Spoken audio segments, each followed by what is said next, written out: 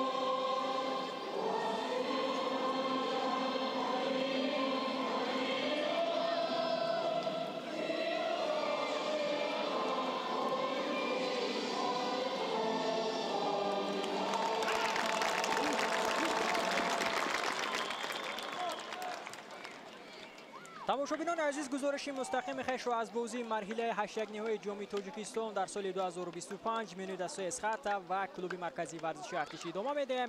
گفتم که اینجا ورزشگاه 20 سالگی استقلالیت تاجیکستان که واقع در شهر خوجند است که این بازی امروز محض در همین ورزشگاه برگزار میگردد و البته یک بازی از این مرحله یک بازی با هم دیگر برگزار میکنند و غالب همین جفت راه خود را به مرحله 4-1 هموار میکنند. گرچه که سال پیش مثلا موسم گذشته و از اون پیش دسته در این مرحله ها دو بازی برگزار میکردند، بازی سفری و خانگی. هم اکنون در موسم امسال فرمت عوض شد، دسته یک بازی برگزار میکنند و فینال مسابقه نیز در همین ورزشگاه برگزار میگردد. حالا همه چیز برای آغاز بازی میان دستای اسخط و کلوب مرکزی ورزشی ارتش آماده است. میبینیم که چگونه یک فضای بسیار فوتبالی رو امروز دسته در این ورزشگاه خواهند داشت و حالا هیئت دسته اسخط روی اکران‌های ما شما پیدا می شود که البته من در ادامه هیئت دسته رو به شما آشنا میکنم و همین رو قید میکنم که هم اسخط و هم کلوب مرکزی ورزشی ارتش در روزنه ترانسفری تابستانه عموما گویم که نه چندان فعال بودند. همون حیاتی که بود همین حیات رو نگاه داشتند و میبینیم که اکنون در ادامه موسم دسته بغیر از هنرنمایی در جام تاجیکستان باز در لیگ اولی چگونه هنرنمایی میکنند و همین رو قید میکنم تماشابینان عزیز که دسته کلوب مرکزی ورزشی ارتش در جدول لیگ اولی دسته پیشگام است. آنها با کسب 27 امتیاز در زین اول هستند و از دسته وحش که این دسته نیز 27 امتیاز دارد، البته با تناسب توپو آنها پیشتر می ایستند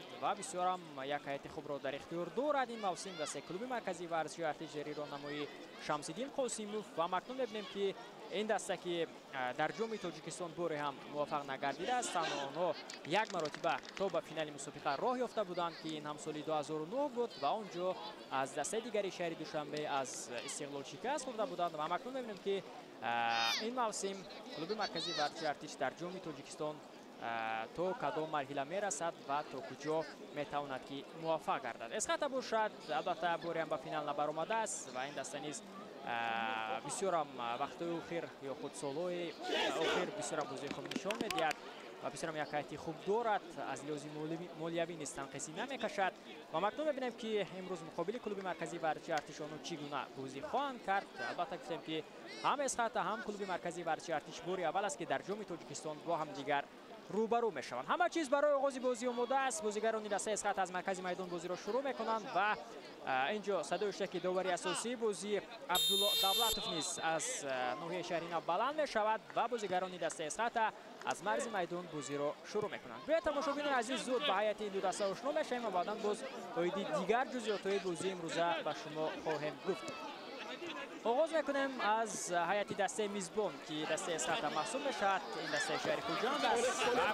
هیئت دسته این است. حالا به همین هجوم آنها متوجه بشیم. فرصت پیدا میشود برای بازیگران دسته اسقاط ببینیم که در آغاز رقابت آنها الکی توجه رو به خط حمله میکنند و در همین فرصت دیدیم که موفق هم نگردیدند. هیئت دسته اسقاط چنین است. در دروازه رقم 12 عزتالله ترسونوف، دیگر بازیگران رقم 2 صاحبجان حکیموف، کاپیتان دسته رقم 4 عبدالرحمن اوزاقوف، رقم 29 سرداربک خورسندوف، رقم 23 دلشاد کریموف، رقم 13 بکزاد سعیدوف، رقم 17 ابراهیم اشونخانوف، رقم 6 عبدالصمد صمدوف، رقم 81 حاجی عبدالمنان، رقم 7 سنجر رخسیبویف، رقم 11 بختیار ظریفوف، سرمربی دسته شهرت عمروف. هیئت دسته کلوب مرکزی ورزشی ارتش چنین است. در دروازه رقم 1 پرینس کوبلا، دیگر بازیگران رقم 4 کاپیتان دسته کامران میرزاخان، رقم 10 جرارد بکینده، رقم 20 کامران ابراهیموف، رقم 3 بختیار عظیموف، رقم 7 جونیبک شریفوف، رقم 66 محمد اقبال دولتوف، رقم 22 اسرائیل خولوف، رقم 8 انانی جولیوس کواسی، رقم 21 وایسیدین سفاروف، رقم 18 عبدالخلیل بورونوف، سرمربی دسته شمسیدین قاسیموف. بیاید اکنون داوران بازی امروزه را به شما آشنا سازم. داور اساسی عبدالله دولتوف از شهری نو است، به او کمک میکنند در کنارها اسماعیل نورعلیوف از نورک و غیرت روزیبویف از شهری نو. داور احتیاطی قربان مراد شریفوف از ایسور است. در حجره ور باشد سیاجان زینالدینوف از دوشنبه، خسرو صدیقزاد از دوشنبه و شریف بیگ نورالدینوف نیز از دوشنبه هستند. شورای شما باشد من فریدون سفرزاده هستم. در دقیقه اول بازی متوجه میشویم تماشاگران عزیز که بازیگران دسته اسقاط بیشتر توجه را به خط حمله کرده استودند و در این میان تا همین لحظه آنها کوشش کرده استودند که همچون میزبان بودن خود را در میدان البته نشان میدهند و بیشتر توجه خود را به خط حمله کنند و به نیمه میدان دسته رقیب فشار بیارند. حالا هجوم دسته اسقاط توسط کنار راست میدان بود خوب است. اینجا ظریف فرصت هم پیدا میشد، امکانیت برای زدن ضربه است، ضربه نیز اجرا کرده میشود و اینجا پرینس کوبلا میتواند که توپ را داشته بگیرد. بسیار یک فرصت خوب بود برای دسته اسقاط، اما اینجا میبینیم که بازیگر این تیم ضربه قوی زدن نتوانست. بسیار خوب توسط کنار راست هجوم دسته را راه اندازی کرد. اینجا بختیار ظریفوف بازیگری که همیشه در بازی مقابل دسته کلوب مرکزی ورزشی ارتش یک بازیگر خطرناک است، همیشه میتواند که گل زند و در همین فرصت چگونه یک پاسی خوب هم داد اما هم دستش نتوانست که موفق بگردد. الکی یک چند و آخری مرحله 8 نهایی برگزار شدند. تماشاگران عزیز دیروز بازی شروع گردیدند و آنجا در بازی اولی مرحله 8 نهایی دو دسته لیگ یکم سرای کمر 5 و وحدت اندر میدان رقابت شدند. بازی با حساب 1-0 به سود دسته سرای کمر انجام یافت. یگانه گل در دقیقه 25 بازی از جانب محمد قلوف به ثمر رسانیده شد و به همین ترتیب در مرحله 4 نهایی سرای کمر با غالبی جفتی روشن و سردار بازی میکند که این دو دسته نیز امروز با هم دیگر بازی کرده استودند و پس از ساعت البته بازی این دو دسته نیز به انجام میرسد و ما نتیجه را نیز به شما خواهیم گفت. در بازی دیگری دوری 8 نهایی намоянда лига якум дастаи парвоз аз шаҳри хуҷанд бо намоянда лига олии тими ҳулбук дар варзишгоҳи фурудгоҳи шаҳри хуҷанд бозӣ карданд ва онҷо бозӣ бо ҳисоби 1-0 ба суди ҳулбук анҷом ёфт. Ягона голро Азимов дар дақиқа 54 ба самар расонид.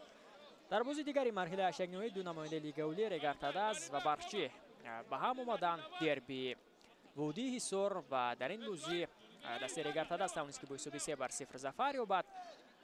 бозии дастҳо дар варзишгоҳи Талко Арена баргузор шуд. голҳоро Самандар Қодиров, Шерзод Маҳамадиев ва Самандар Қодиров ба самар расониданд ва ба ҳамин тартиб акнун Регартадас дар марҳилаи чаҳоракниҳоӣ бо дастаи ҳулбук бозӣ мекунад. бозии дигари марҳилаи 8-ниҳоӣ идома доранд. тамошобинон азиз ки онҷо имрӯз гуфтем Равшан Сардор эсхата клуби марказии варзиши Артиш, баъдан пагоҳ Иса Равшан Ҳосилот бозӣ мекунад ва рӯзи 1 август бошад Панҷшер Бахш ва ҳамчунин бозии марказии марҳилаи 8-ниҳоӣ классикои футболи тоҷик ки миёни дастаи Хуҷанд ва Истиқлол дар ҳамин варзишгоҳ баргузор мегардад. ду дастае ки дар равзани трансфери тобистона ҳаятҳои худро мукаммал карданд.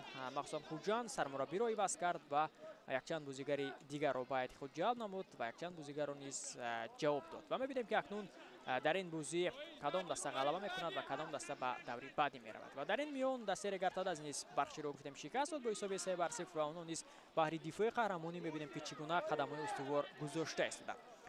ҳуҷуми дастаи Эсхата тавассути канори чап биёед мутаваҷҷеҳ мешавем.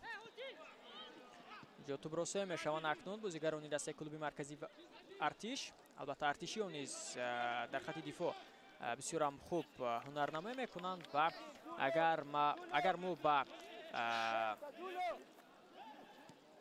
бозии ин даста дар лигаи олӣ низ назар афканем, онҳо нисбат ба дигар рақибон голҳои камтарро аз дохили дарвоза гирифтанд. аз ҳама камтар албатта Истиқлол ва Равшан ҳастанд ки аз дохили дарвоза тӯб гирифтанд ва дар ин миён баъдан мо клуби марказии варзиши Артишро низ дар сегонаи дастаҳое дида метавонем ки аз ҳама камтар аз дохили дарвоза тӯб гирифтааст. ва ин шаҳодат аз он медиҳад ки хатти дифои даста пурқувват аст, дарвозабон низ хуб кор мекунад ва ба ҳамин тартиб даста метавонад ки дар хатти дифоъ бозии хубтару беҳтар нишон бидиҳад.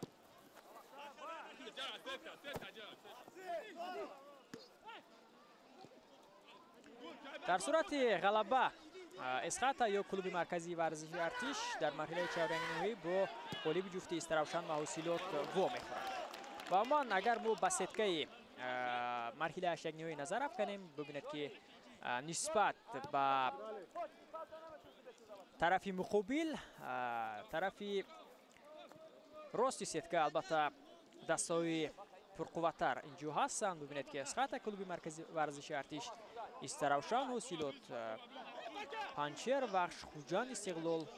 ва аз ин миён тасаввур кунед ки кадом даста ба финал меравад. Хуҷанд, Истиқлол, Бахш, клуби марказии варзиши Артиш дастае ки ин мавсим бисёрам бозии хуб нишон дода истоданд. ва дар тарафи муқобил бошад Равшан ва Регартадас аз зумраи муддаиён ҳастанд ва мебинем ки оё Регартадас боз ба финал меояд ва онҳо боз метавонанд ки дифои қаҳрамонӣ кунанд ё на.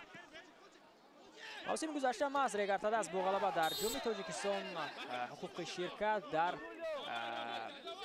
бозии интихобии Лигаи Чемпиони Дуюи Осиёро ба даст овард ва рӯзи 13 август ҳамакнун тими шаҳри Турсунзода бо дастаи аҳал бозӣ мекунад ва дар сурати ғалаба ба марҳилаи гурӯҳии Лигаи Чемпиони Дуюи Осиё роҳ меёбад ва онҷо аллакай як дастаи мо ҳаст Истиқлол ки дар бозии марҳилаи гурӯҳӣ иштирок мекунад.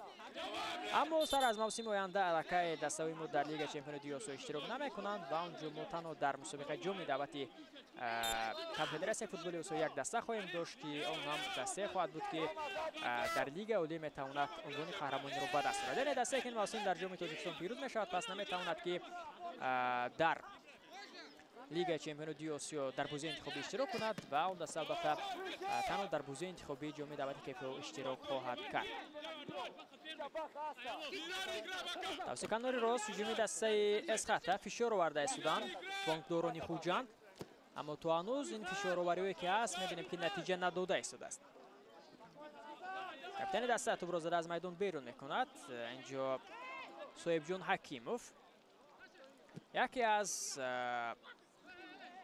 بازیگران کلیدی در خط دفاعی دسته از خط داوم سال‌های اخیر ماست صاحبجان حکیموف است. هجوم دسته از خط به صورت بلند و پیش حرکت میکند. اینجا رخسیبویوف با تو با سنجر پرتابی به داخل جریمه فرصت پیدا میشود. امکانیت است برای ظریف پاس میدهد. امکان برای زدن ضربه هم هست و اینجا اکنون بهزاد سعیدوف درستتر دروازه کلوب مرکزی ورزشی ارتش رو به نشان گرفتن نمیتواند. ببینید که چگونه اینجا همدیگر فهمی خوب داشتن. سنجر رخسیبویف بختیار ظریفوف و در این میان بسیار هم پسی خوب رو انجام میدهد ظریفوف با همدسته خود، یعنی با بهزاد سعیدوف. و ببینید که یک بار چند بازیگر رو به سمت خود جلب کرد و اونجا موقعیت پیدا نمود برای همدستش تو ضربه را اجرا نماید. اما بهزاد سعیدوف درستتر دروازه کلوب مرکزی ورزشی ارتش رو به نشان گرفتن نتوانست. و حالا اینجا اکنون شمس‌الدین قاسیموف با داور اساسی بازی عبدالله دولتوف چیزی رو با هم دیگر البته تا جای شاید بحث میکنند و با هم دیگر میفهمونند. داور نیز کوشش کرد که سرمربی دسته کلوب مرکزی ورزشی ارتش رو آرام سازد و به همین ترتیب باز بازی ادامه می‌یابد. کوشش بازیگران دسته کلوب مرکزی ورزشی ارتش رو می‌بینیم که به نتیجه است. بازم به هجوم می‌گذارند بازیگران دسته از خط. بسیار هم خوب توسط کنار راست هجومی دسته باز هم راه اندازی کرده می‌شود. امکانیت پیدا می‌شود. حالا توپ در دستی بختیار ظریفوف است. فرصت پیدا می‌شود. پرتاب به داخل جریمه‌گاه. امکانیت هست بهری زدن ضربه. الکی اینجا دفاعگران دسته کلوب مرکزی ورزشی ارتش موقع رو محکم می‌کنند. از زمین مسافت ضربه اجرا کرده می‌شود و ببینید که در همین فرصت چگونه پرینس کوبلا یک سیفیولی انجام می‌دهد و بسیار هم خوب ضربه بازیگری دسته از خط رو برطرف می‌کند. بسیار هم دیگر فهمی خوب دارند در خط حمله بختیار ظریفوف و سنجر رخسیبویف، دو بازیگری که موسم گذشته در از خط نبودند و دیگر باره این موسم آنها به از خط برگشتند و به مانند 2 سال پیش که بسیار هم در خط حمله از خط آنها هم دیگر فهمی خوب بازی ناگزیر داشتند. حالا در همین بازی دیده ایستونیم که نشان داده ایستونند از خود هنر و مهارتی بلند رو. بختیار ظریفوف موسم گذشته در از روشن بود. بازیگر ازبکستانی سنجر رخسیبویف باشد، نمیدونم در کدام دسته بود، البته در چمپیونات تاجیکستان نبود، شاید در دسته خود کشور ازبکستان بود، اما این موسم دیگر باره به از خط برگشت و ببینیم که چگونه از خود بازی مجلل نیز نشان داده است. گرچند که گفتیم کلوب مرکزی ورزشی ارتش در لیگ اولی حالا پس از 13 بازی برگزار کرده پیشگام است، در زینه اول است، اما دسته از خط در زینه هفتم است. اونها 17 امتیاز کسب کردند، 10 امتیاز کمتر است. کلوب مرکزی ورزشی ارتش فرصت پیدا می‌شود برای دسته از خط. توپ به ظریف اومدن نمی‌رسد. درسته می‌شود اکنون در این فرصت بختیار پس به قفا. سرام با یک دیگر خوب بازی کرده است. بازیگران دسته از خط و می‌بینیم که تو همین لحظه پورا جلوی بازی در اختیار بازیگران دسته از خط است. البته اونها دو فرصت خوبی گلزنی را در نزد دروازه کلوب مرکزی ورزشی ارتش به میان آوردند، در حالی که ارتشیو تو هنوز می‌بینیم که یگان حمله خطرناک جانب دروازه بونتورو نکردند. حالا توسط کنار چپ هجوم دسته از خط راه اندازی کرده می‌شود. بیر متوجه می‌شویم به همین فرصتی که دارند دست پروران شهرت و معروف آن را اکنون می‌بینیم که با چه نتیجه خاتمه می‌باشد. توپ هنوزم در اختیار بازیگران دسته از خط است. فرصت پیدا می‌شود، امکانیت هست برای زدن ضربه. اینجا پس به قفا داده می‌شود و از همین مسافت ضربه اجرا کرده می‌شود، ولی این ضربه سوم بازیگران دسته از خط جانب دروازه کلوب مرکزی ورزشی ارتش است. این بعد ضربه را از همین مسافت ابراهیم اشونخانوف اجرا می‌کند. از همدستان نیز معذرت می‌پرسد که البته توجیه درست نبود از همین موقع ضربه زدن. به هر صورت اکنون دروازه‌بان دسته کلوب مرکزی ورزشی ارتش پرینس کوبلا از دروازه توپ رو به بازی می‌آورد. هیئت دسته جوانان کلوب مرکزی ورزشی ارتش چند پیش در مسابقه جام جهانی توانست که عنوان قهرمانی رو به دست آورد و آنجا تو دروازه‌بان احتیاطی دسته اساسی حسین‌الدین محمدعلی توانست که بهترین دروازه‌بان مسابقه اعتراف گردد و در این میان شهباز حبیبوف بهترین بازیگری مسابقه دانسته شد که البته حالا هر دو در حیث ذخیروی دسته کلوب مرکزی ورزشی ارتش هستند و در این میان تنها بهترین نشانزن رو بازیگر دسته وخش در فینال کلوب مرکزی ورزشی ارتش دسته جوانانش توانست که غلبه باوری بخش به دست آورد. و مقابل وقت آنها توانستند که با حساب 4-1 پیروزی به دست آورند و یک غلبه باوری بخش را نیز به دست آورند. بهروز خوجایف از هیئت بخش جایزه بهترین نشانزن را آنجا به دست آورد. یعنی ببینید که هیئت دسته کلوب مرکزی ورزشی ارتش هیئت جوانان میسرم در همین مسابقه برآمدی اولی نشان داد، عنوان قهرمانی را به دست آورد. هیئت کلان سالم نوشد در لیگ اولی پیشگام جدول مسابقه هستند. این نیز البته درک از اون میدهد که ببینید که کلوب مرکزی ورزشی ارتش البته هم سال گذشته همین امسال زیر راهنمایی شمس‌الدین قاسموف بهترین بازی خود را نشان داده است و می‌بینیم که اکنون در جام تاجیکستان آنها چی نتیجه را به قید می‌گیرند. و در این میان یک خبر خوشحال کننده دیگر برای مخلصان دسته کلوب مرکزی ورزشی ارتش این است که در موسم نوی سوپرلیگ تاجیکستان اوید فوتسال که روز 2 آگوست آغاز می‌شود، دسته فوتسال کلوب مرکزی ورزشی ارتش نیز آنجا اشتراک می‌کند. یک هیئت جوان را آنجا در بر می‌گیرد. فرصت پیدا می‌شود برای دسته اسخط، اما آنجا موفق نمی‌شوند. یعنی توجه رهبری دسته کلوب مرکزی ورزشی ارتش هم با هیئت دسته کلان سالون، هم با هیئت دسته جوانان و هم اکنون می‌بینیم که با فوتسال اینجا بیشتر روانه می‌شود که این هم البته توجه هم برای رشد فوتبال که البته می‌بینیم در هیئت دسته کلوب مرکزی ورزشی ارتش چهره‌های نو پیدا شده است و با هیئت منتخبی تاجیکستان نیز دعوت شده است و هم با رشد فوتسال که این موسم بیشتر هیئت دسته کلوب مرکزی ورزشی ارتش رو بازیگران جوان تشکیل میدهند و اونجا البته کشف چهره‌های نو را ما میتوانیم دوام سال‌های آینده ببینیم. هجوم دسته کلوب مرکزی ورزشی ارتش باید متوجه میشیم به همین فرصتی که اولو هست، امکانیت پیدا میشود برای ارتشی و همین موقع ضربه را اجرا میکند بازیگر این دسته جونی بیگ شریپوف، یکی از چهره‌های جوان، یکی از بازیگران امید بخش برای دسته کلوب مرکزی ورزشی ارتش، اما ضربه زده او را کاپیتان دسته اسقاط برطرف کرد. رو دیگر بار کوشش بازیگران دسته کلوب مرکزی ورزشی ارتش پرتاب به داخل جریمه گاه و اینجا اولین شده به تو میرسند دفاعگران دسته اسقاط. فرصت پیدا میشود برای بانتوران، هجومی دسته با سرعت بلند راه اندازی کرده میشود، امکانیت هم هست برای دسته اسقاط. رقصیبویف پسیو به کنوری چپ، حالا دیگر بار با تو بس رقصیبویف. فرصت پیدا میشود برای بازیگران دسته اسقاط، ضربه از همین مسافه اجرا کرده میشود، بسیار هم ضربه خطرناک و اندک بلندتر تو اکنون از میدان بیرون میشود. بسیار هم یک فرصتی خوب بود برای بختیار ظریفوف. بختیار ظریفوف حملگری که البته شاید از همه بیشتر رو در هیئت اسقاط از خود هنر و مهارت ولو نشان داده باشد. البته او در هیئت دسته روشن ظفرآباد فکر میکنم که شناخته شد. او دسته از لیگ یکم به لیگ اولی راه خط گرفتند. اولین بار تیم از نوع ظفرآباد با نام روشن در لیگ اولی برآمد کرد. بعدا آنجا بختیار ظریفوف از خود درک داد، توجه دیگر دسته را به خود جلب نمود، به اسقاط آمد، بعدا به روشن آمد. دسته روشن حتی آنها موسم گذشته در لیگ چمپیونی آسیا برآمد کردند. ماست روشن یگانه دسته از نماینده تاجیکستان در موسم گذشته مسابقه کنفدراسیون فوتبال آسیا بود که توانست که اونجا غلبه به دست آورد. و این موسم می‌بینیم که با هیئت دسته اسقاط دیگر بار برمیگردد بختیار ظریفوف و توجه از خود هنر و مهارت ولو نیز نشان داده است. فلکه به زدن چند گل نیز دست یافته است بختیار ظریفوف.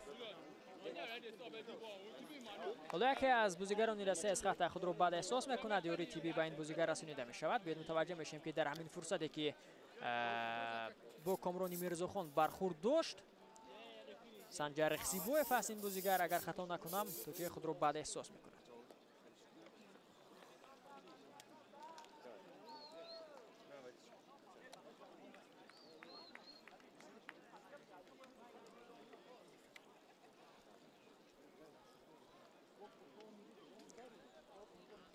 حمیدالله عبدوحمیدوف لیگنر ازبکستانی دسته اسقاط 4 گل به ثمر رسانیده است در موسم امسال لیگ اولی. بازیگری که امروز در هیئت نیست. 3 گل بختیار ظریفوف دارد. حاجی عبدالمنان نیز یکی از بازیگران جوان در هیئت دسته اسقاط است که 2 گل در موسم امسال لیگ اولی به ثمر رسانیده است. در این میان ما میتوانیم اسدبک مختوموف را قید کنیم که 2 گل در حساب دارد و همچنین دیگر بازیگرانی هستند که باز سنجر رقصیبویف 1 گل دارد و مثلا دلشاد کریموف دیگر بازیگرانی که اونجا یک گلی در حساب دارند.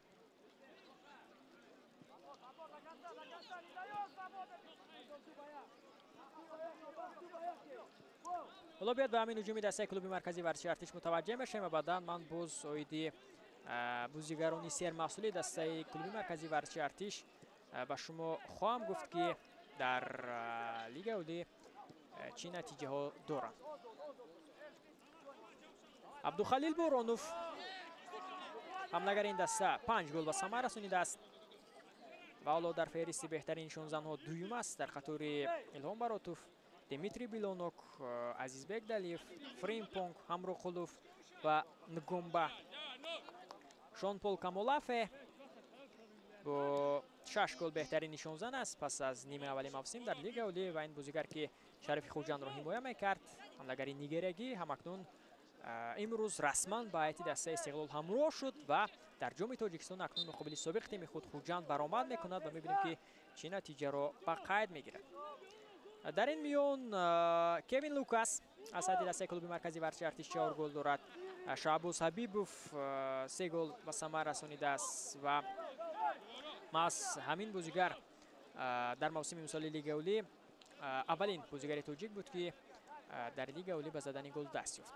گرچه که اولین گل را لیگانر در موسم امسال لیگ اولی به ثمر رسانیده است. در قطار بازیگران تاجیک ماس شعبوس حبیبوف گل زد. ماس بازی افتتاحی اونجا میان دسته حوصلات و کلوب مرکزی ورزشی ارتش در موسم امسال برگزار شده بود. در این میان جونی بک شریفوف 3 گل دارد و باز دیگر بازیگرانی هستند که البته کامران میرزاخان و دیگرها یک گلی دو گلی در حساب خویش دارند در هیئت دسته کلوب مرکزی ورزشی ارتش و در قطار بازیگران سال محصول در موسم امسال در هیئت این تیم محسوب میشوند. اخم نشینی میکنند بازیگران دسته اسخطه. 20 دقیقه بازی الکی پسی سر شد. حساب تا هنوز در بازی میان دسته اسخطه و کلوب مرکزی ورزشی ارتش گشوده نشده است. 0-0 است تا هنوز حساب. گرچه که تا همین لحظه بازیگران دسته اسخطه در میدان فعال بودند، اکنون میبینیم که بازیگران دسته کلوب مرکزی ورزشی ارتش نیز فعال میشوند و آنها نیز الکی توسط کنارها هجوم خود را راه اندازی کرده استند و فرصت‌های خوب نیز در نزد دروازه رقیب برای آنها پیدا شده است.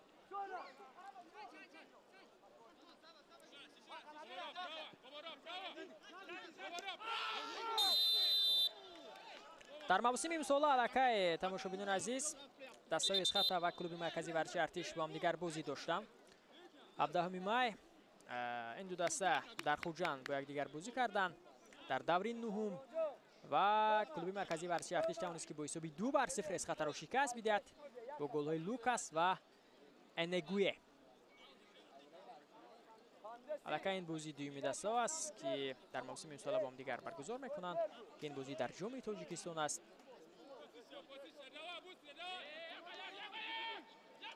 و بعداً باز دسته ها بازی نوبتی خود را روز 25 اکتبر در لیگ اولی در دور 20 برگزار میکنند.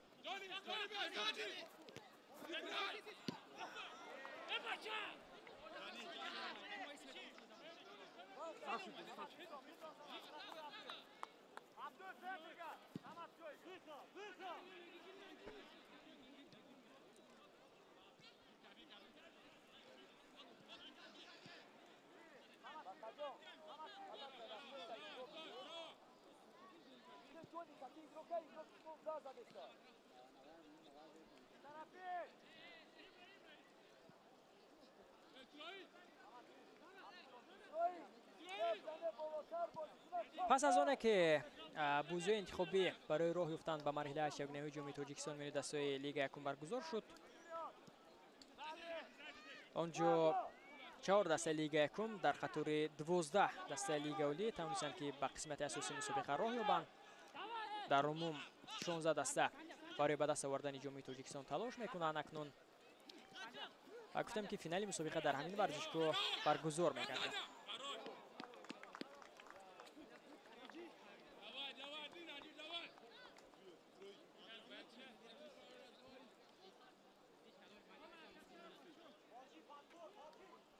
اولین ضربه کنجی در باخور امروزه به فایده دسته اسخطه باید متوجه میشویم. از کنار راست میدان از ضربه کنجی توپ به بازی درآورده می شود.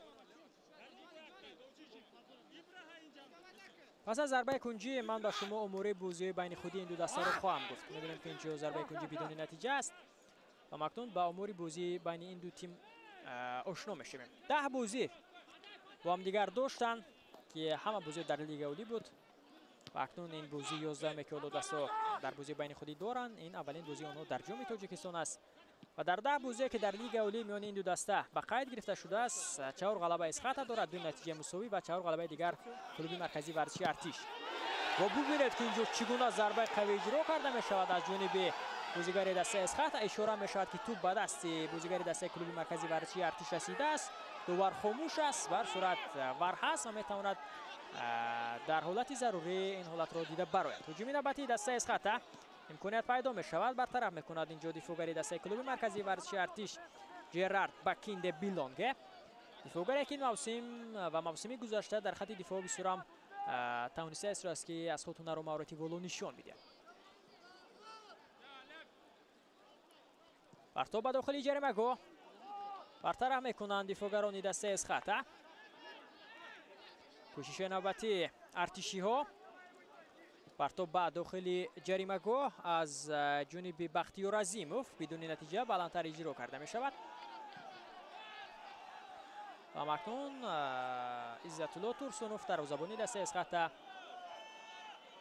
از خط دروازه اینجا توپ را به بازی خواهد درآورد. بیاید به همین فرصت متوجه میشیم که چگونه ضربه قوی اجرا کرده شد و اینجا در همین حالتی که حالا به ما نشان دادن درست‌تر پیخست نکردیم که واقعا اونجا رسیدگی توپ به دست بود یا نه. اولین ضربه کنجی برای دسته کلوب مرکزی ورزشی ارتش نیز کار کرده می شود.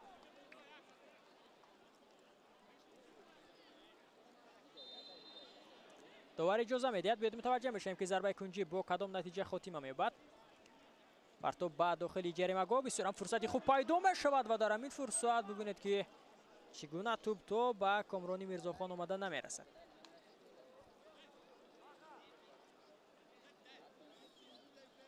دفاعگر دسته اسخاتا خوب بازی کرد در همین فرصت. عبدالرحمن اوزاقوف. ضربه دومی کنجی به فایده دسته کلوب مرکزی ورزشی ارتش. این بعد از کنار چپ اجرا کرده می شود. وایسیدین سفاروف بازیگری که بیشتر با پاس‌های گل‌آوری خود دل مخلصان کلوب مرکزی ورزشی ارتش رو توجه تسخیر کرده است. می‌بینیم که اکنون این نوبت چگونه پرتاب رو اجرا خواهد کرد. پرتاب اجرا کرده می شود و یک فرصت بسیار هم خوب بود و برطرف میکنند اکنون دفاعگران دسته اسخاتا. عقب نشینی میکنند ارتشی‌ها. پرتابی بلندی باکینده به کنار چپ. توپ از میدان بیرون می شود. زود از اوت توپ را به بازی می درآورند بازیگران دسته کلوب مرکزی ورزشی ارتش و اینجا وایسیدین سفاروف اکنون سراسیمه نیست و توپ را به بختیار عظیموف میدهد تا او از اوت توپ را به بازی درآورد.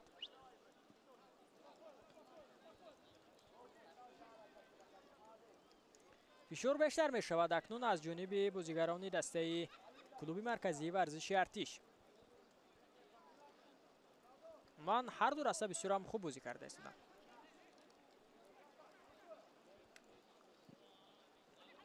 امکانیت پیدا می شود برای ارتشی‌ها. بورانوف ضربه از همین موقع اجرا کرده می شود اما پلوتر از دروازه.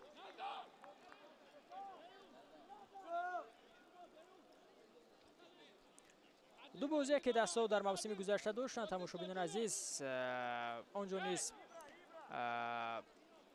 کلوب مرکزی ورزشی ارتش توانست که با حساب 3-0 اسخاتا را شکست بدهد و در بازی دیگر در دوشنبه نتیجه مساوی بدون گل به قید گرفته شده بود. اما از این پیش در موسم 2023 دو بازی که دستا داشتند بسیار هم بازی جالب سرگل بود و در هر دو بازی با حساب 3-2 اسخاتا توانسته بود که کلوب مرکزی ورزشی ارتش را شکست بدهد و در همون بازی دلشاد بازاروف در بازی اول خطری کرد.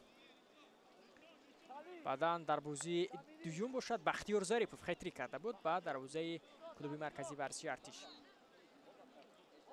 بازاروف دیگر در ایت دسته اسخاتا نیست این بازیگر نیست البته در حیط دسته گوناگونی شهر خوجند در خوجند در اسقاط اولو شاید فکر کنم در پرواز است بازی میکند و بختیار ظریفوف و بوزوروف توانستند که با دروازه کلوب مرکزی ورزشی ارتش در همان موسم خطری کنند و در هر دو بازی نیز اسقاط توانسته بود که ارتش رو شکست بده. اولین بازی که دست داشتن سال 2021 ماه اپریل بود و اونجا با 3-1 اسقاط توانسته بود که کلوب مرکزی ورزشی ارتش رو شکست بده و خود همان موسم در ماه آگوست دیگر باره ارتشی‌ها اولین غلبه خود را در بازی مقابل اسقاط توانسته بودند که با 2-1 به دست آورند.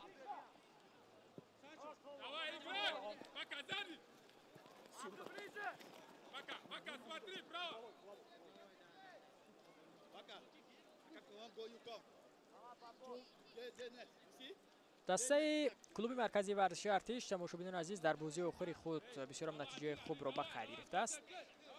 ببینید که آخرین باخت آنها در بازی مقابل وخش بود روز 20 اپریل. پس از باخت از وخش دسته بر ریگرتاداس غلبه کرد، بر استراوشان غلبه کرد، بر اسقاط، بر خوجان، بر حسیلوت، بر پنچر غلبه کرد و در این میان تنها با روشن نتیجه مساوی بدون گل را به خرید گرفت. سومین ضربه کنجی ارتش دومین ضربه کنجی بانکداران اینجا بدون نتیجه بود. 2-2 میشه شماره ضربه کنجی. و در این میان ما اگر به بازی آخری دسته اسقاط نظر افکنیم آنها آخرین باختشان از دست برقچی بود روز 21 می. بعداً مساوی با بخش و همچنین مساوی به گل با روشن.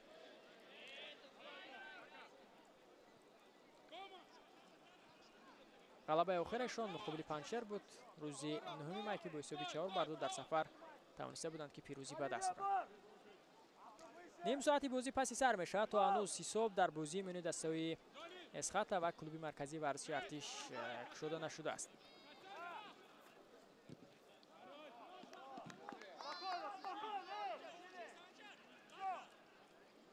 سال گذشته در مرحله 4-1 نهایی روشن کلوب مرکزی ورزشی ارتش را از ادامه مسابقه بی‌نصیب کرده بود.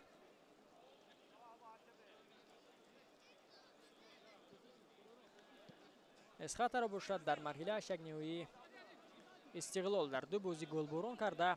در بازی اول با حساب 8-2 در بازی جوابی با حساب 6-1 در با حساب 14-3 شکست داده و مرحله 4-1 نهایی راه یافته بود. از این پیش سال 2023 باشد کلوب مرکزی ورزشی ارتش از استقلال شکست خورده از ادامه مسابقه بی‌نصیب مانده بود. در مرحله 8-1 نهایی اسقاط باشد تا مرحله 4-1 نهایی آمد و اونجا از دست ریگرتاداس شکست خورده بود.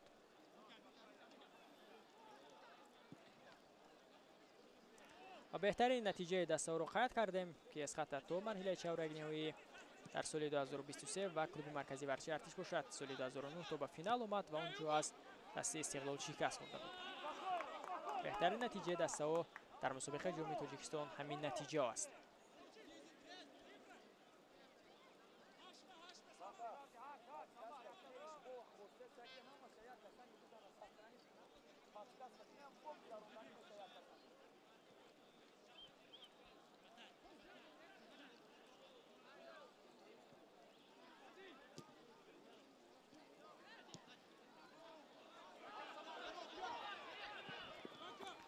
یک فرصت دیگر پیدا میشود برای بازیگر دسته اسقاط. اونجا پنالتی است یا نه؟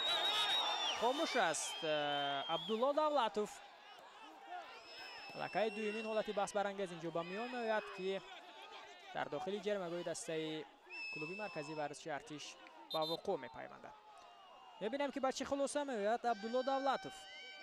حالا اینجا بازیگر دسته اسقاط تو هنوز از جای خود برنخسته است. سنجر رخسیبویوف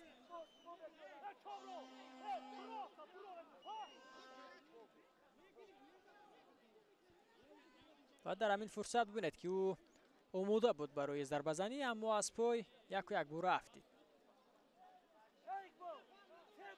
و در همین فرصت ببینید که واقعا هم رسیش پای بختیار عظیموف اینجا به پشت پای بازیگر دسته اسقاط سنجر رخسیبویف به نظر میرسد.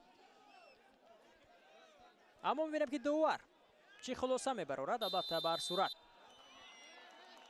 حالا داور این حالت رو از اکران ور خود تماشا خواهد کرد.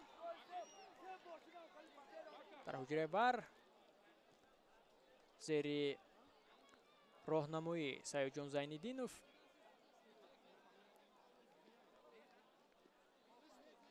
خسروی صدیقزاد و شریفبек نوریدینوف نیز هستند و می‌بینیم که این حالت رو اکنون چگونه پیشکش میکنند به عبدالله دولتوف و عبدالله دولتوف شاید به چی خلاصه میآید. آیا پنالتی است یا نه؟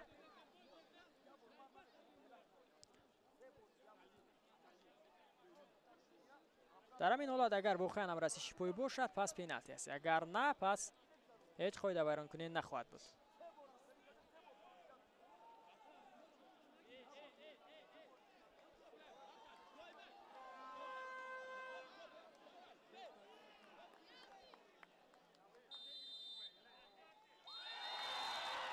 باید متوجه بشیم که عبدالله دولتوف به چی اشاره میکند. به نظر میرسد که ضربه پنالتی است و اونجا واقعا امرسی شیپوی بختیار عظیموف مشاهده کرده می شود. فرصت پیدا می شود برای دسته اسخط تا در بخور امروزه اولین شده در حساب پیش براید و ببینید که محض اشتباه بختیار عظیموف باعث شد که و دروازه تیم آنها ضربه پنالتی تعیین کرده شود.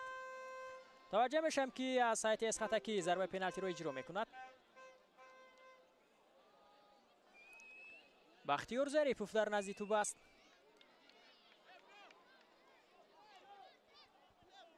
بازیگری که 2 سال پیش توانسته بود به دروازه کلوب مرکزی ورزشی ارتش خطری کند. توجه میشویم بختیار ظریفوف و پرینس کوبلا دوباره اجازه میدهد. ضربه بختیار ظریفوف و اینجا پرینس کوبلا میتواند که این ضربه رو برگرداند.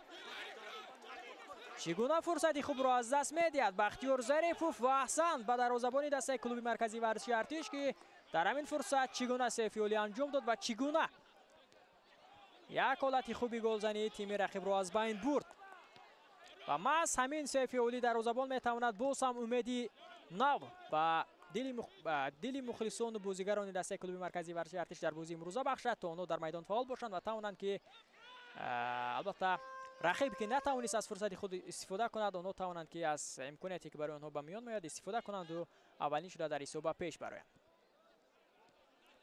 یک امکاناتی خوب را از دست دادند بازیگران دسته اسخط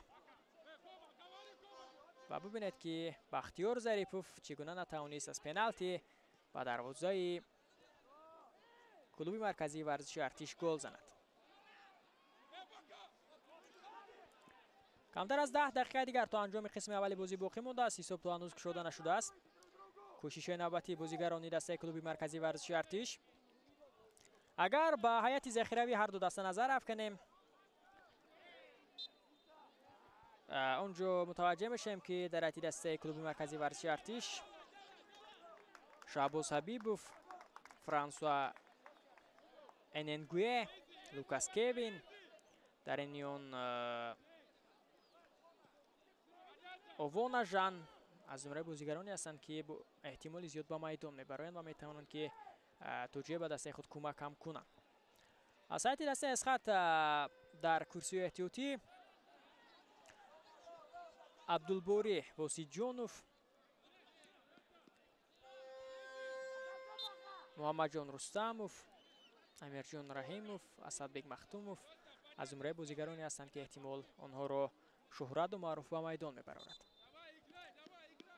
اما اکنون نشان میدن اینجا کارگردان بختیار ظریفوف رو که چگونه پنالتی رو به گل تبدیل داده نتوانست و اکنون عصبهای خود را به جای اینجا سری جیرارد بکیند بیلونگ خالی میکند و او را از پای میافتاند.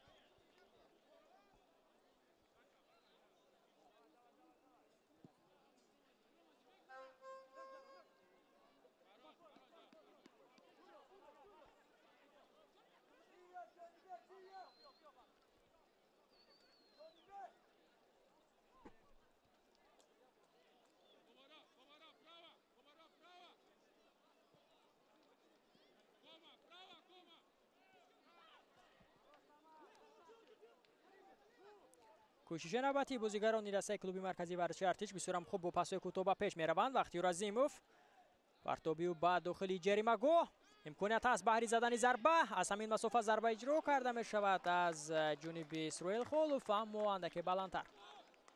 بسیار یک موقع خوب داشت اینجا اسرائیل اما دیدم که آن را درست استفاده برده نتوانست. عزت الله ترسونوف از دروازه توپ را به بازی خواهد درآورد.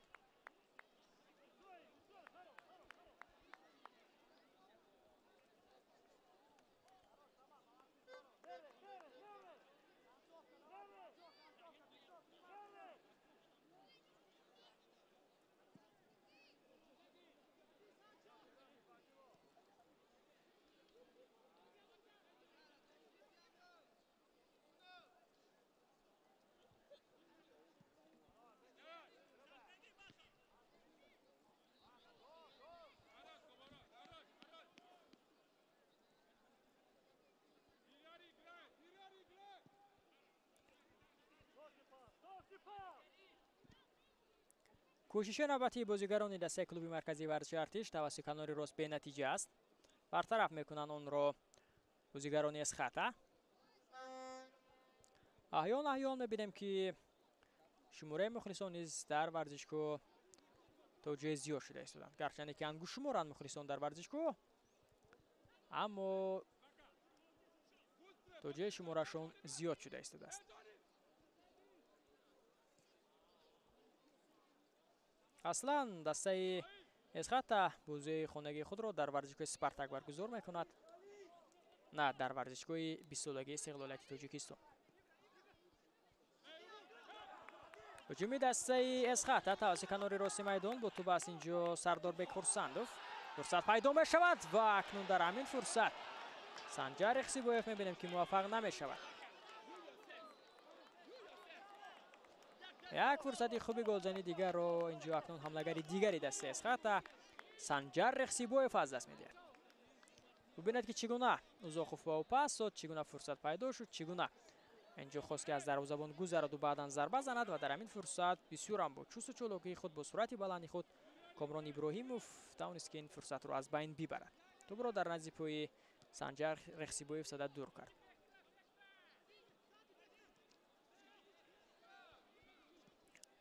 هجوم نوبتی دسته کلوب مرکزی ورزشی ارتش توسط کنار راست میدان صورت میگیرد. پرتاب بعد داخل جریمه گاه ضربه با سر و توپ را داشته میگیرد عزت الله ترسونوف. صاحب جان حکیموف اشاره میکند به هم دسته خود که همه چیز خوب است، آرام باشد و بدون سراسیمگی بازی را ادامه میدیم. هجوم نوبتی دسته اسخطه توسط کنار راست بسیار هم خوب. ظریفوف میتواند که گذرد از کامران میرزاخان، بعداً توپ را از دست هم بدهد. اما بر صورت توپ در اختیار بازیگران دسته اسخطه خواهد بود.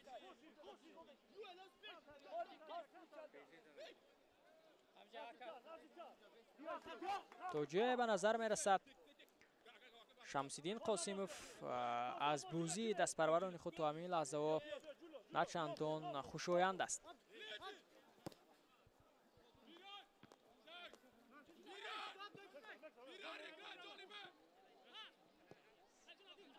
هم فایز دولتوف یاردمچی و هم شمس‌الدین قاسموف اینجا توانسته هستند که هر لحظه با بازیگران در میدان با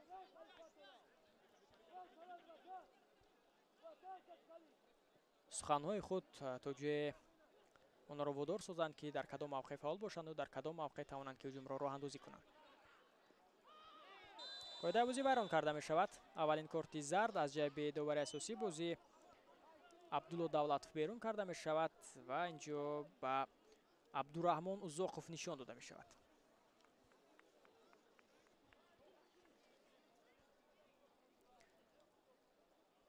مقابل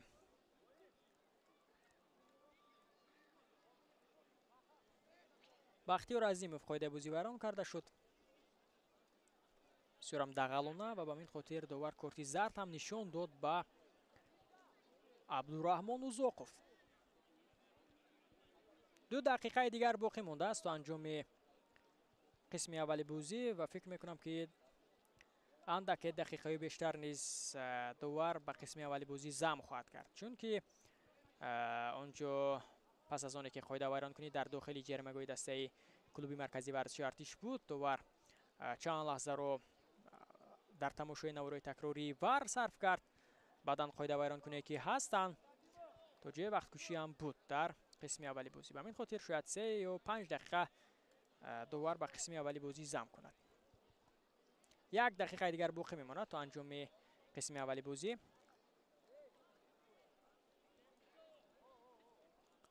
зарбаи ҷаримавӣ ба фоидаи дастаи клуби марказии варзиши артиш аст. дар назди ту бошад Вайсиддин Сафаровро мебинем.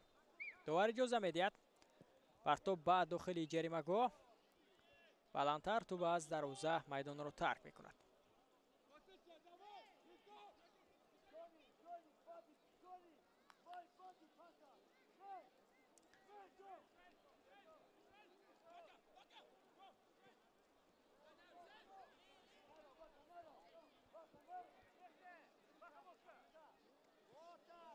фурсат пайдо мешавад барои дастаи эсхата. тавассути канори рост ҳуҷуми дастаро андозӣ карда мешавад.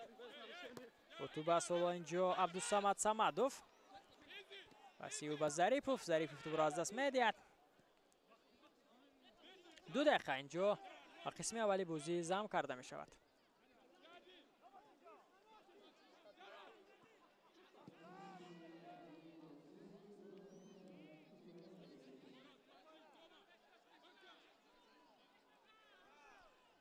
кӯшиши навбатии бозигарони дастаи эсхата. онҳо талош карда исторанд ки акнун қисми аввалро бо бартарӣ паси сар кунанд, аммо то куҷо муваффақ мешаванд. фурсати хубро аз даст доданд. дар дақиқаи 35 бахтиёр Зарипов натавонист ки аз пеналти гол занад ва шояд акнун дар идома талош кунанд ки ин иштибоҳро ҷуброн кунанд ва бо бартарӣ ба танаффус раванд, аммо то куҷо муваффақ мешаванд, то куҷо хатти дифои клуби марказии варзиши артишро рахна карда метавонанд. фурсат пайдо мешавад барои бонкдорон. ҷо акнун дурусттар аз рақиб гузашта наметавонад. Зарипов ва тубро аз даст медиҳад. зуд аз аут ту ба бозӣ дароварда шуд. имконияти навбатӣ барои бозигарони дастаи эсхата. партоб ба дохили ҷаримагоҳ. аввалин шуда ба ту мерасад. дар ин фурсат Анани Ҷулиус ва қоидаи бозӣ низ инҷо вайрон карда шуд. довар бошад садои шаки худро баланд мекунад ва мебинем ки андаке худро бад эҳсос низ мекунад бозигари дастаи клуби марказии варзиши артиш.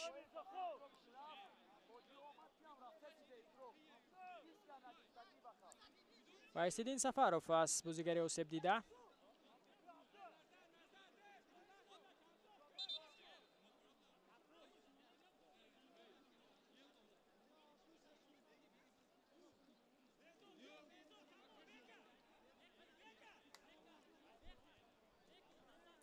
ёрии аввале тиббӣ расонида мешавад ба бозигари осебдидаи клуби марказии варзиши артиш ба Вайсиддин Сафаров.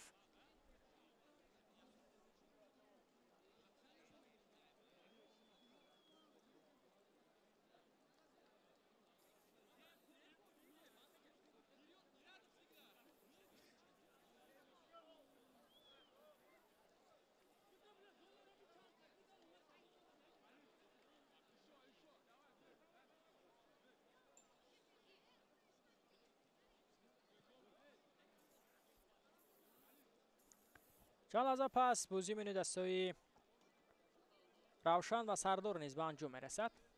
дирӯз 3 бозӣ буд, имрӯз 2 бозӣ аст. пагоҳ 1 бозӣ, пагоҳи дигар бошад 2 бозӣ дигар дар марҳилаи ҳаштякниҳои ҷоми Тоҷикистон баргузор мегардад.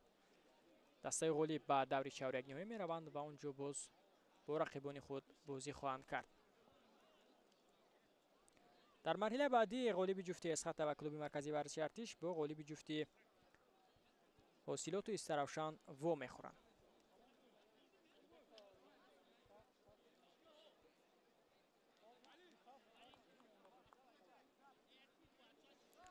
марҳила ба марҳила бозиҳо сурат мегиранд.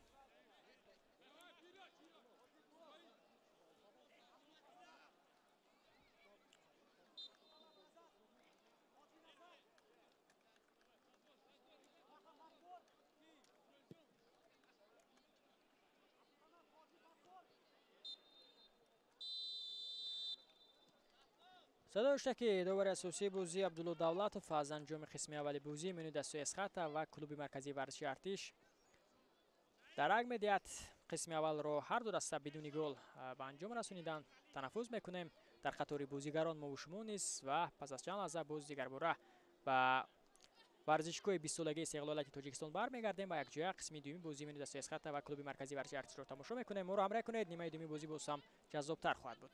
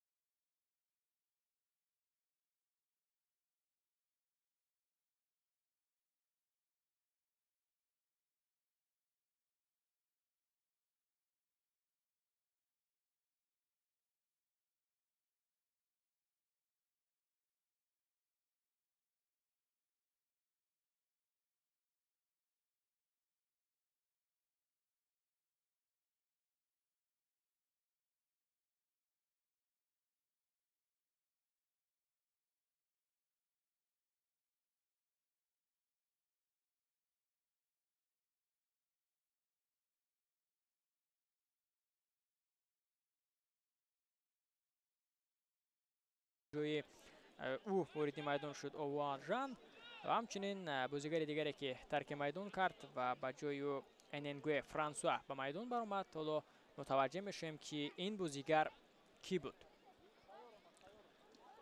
در دسته اسخط تغییرات دیده نمی شود. عبدالله دولتوف صدایش را بلند میکند و بازی میانی دسته ها در قسم دوم آغاز می شود. بازیگر دیگری که ترک میدان کرده است محمد اقبال دولتوف است. جای محمد اقبال دولتوف و اسرای خولوف به میدان برآورد. شمس‌الدین قاسموف، اننگو فرانسوا و اووانا ژان گاتن. باید اکنون هیئت دسته رو در نیمه دوم بازی به شما پس از همین هجومی که دسته اسخط دارد آشنا می‌سازم. فرصت پیدا می شود برای بازیگران دسته اسخط و در همین فرصت دیدیم که موفق نمی شود عبدالصمد صمدوف. هیئت دسته اسخط چنین است. در نیمه دوم تغییرات در هیئت دسته دیده نمی شود. در دروازه رقم 12 عزت الله تورسونوف. دیگر بازیگران رقم 2 اویب جون حکیموف، 4 عبدالرحمن اوزاقوف، 29 سرداربک خورسندوف، 23 دلشاد کریموف، 13 بکزاد سیدوف، 17 ابراهیم شونخانوف، 6 عبدالصمد صمدوف، 81 حاجی عبدالمنان، 7 سنجر خسیبویوف، 11 بختیار ظریفوف. سرمربی دسته شهرت عمروف. هیئت دسته کلوب مرکزی ورزشی ارتش چنین است. دو تغییرات در هیئت دسته انجام داده شد. رقم 1 پرینس کوبلا دروازه‌بان. دیگر بازیگران رقم 4 کامران میرزاخان، 10 ژرارد بکیند بیلونگ، 20 کامران ابراهیموف، 3 بختیار عظیموف، 7 جونی بک شریپوف، 33 اننگو فرانسوا، 30 اووانا ژان گاتن، 8 انانی جولیوس کواسی، 21 وایسیدین سفاروف، 18 عبدالخلیل بورونوف. سرمربی دسته شمس‌الدین قاسموف. در قسم اول در آغاز دسته اسخط بسیار خوب بازی را آغاز کرده بود و آنها حتی دومی نیم ساعت توانستند که جلوی بازی را پر به دست خود گیرند، امکانیت را به میان آورند. بهر زدن گل حتی یک ضربه پنالتی کار کردند که آنجا بختیار ظریفوف پنالتی را درست اجرا کرده نتوانست و پرینس کوبلا دروازه‌بان کلوب مرکزی ورزشی ارتش توانست که آن را برطرف کند. و بعدا در 10 دقیقه آخر بیشتر ارتشی‌ها در میدان فعال بودند، فرصت‌های خوب هم داشتند اما نتوانستند که موفق به زدن گل شوند و به این ترتیب قسم اول بدون گل 0-0 خاتمه یافت. ما می‌بینیم که اکنون در نیمه دوم بازی در نیمه تقدیرساز که البته دسته میتواند گل زند، غلبه کند، پس میتواند روی خود را به مرحله چهارم نهایی مسابقه هموار نماید. و می‌بینیم که کدام دسته موفق می‌شود. البته این رو وقت معین می‌کند و یا اسخط یا کلوب مرکزی ورزشی ارتش دسته که در میدان فعال است، دسته که میتواند امکانیت‌هایش را درست استفاده کند، پس میتواند که روی خود را به مرحله بعدی هموار کند. حالا فرصت‌ها پیدا شده استودن برای بازیگران دسته اسخط و می‌بینیم که آنها موفق نگردیده استودن. دو تغییراتی که انجام داد شمس‌الدین قاسموف در آغاز قسم دوم، می‌بینیم که تا کجا میتواند به دسته کلوب مرکزی ورزشی ارتش کمک کند تا آنها توانند که در نتیجه تغییرات به عمل آورند.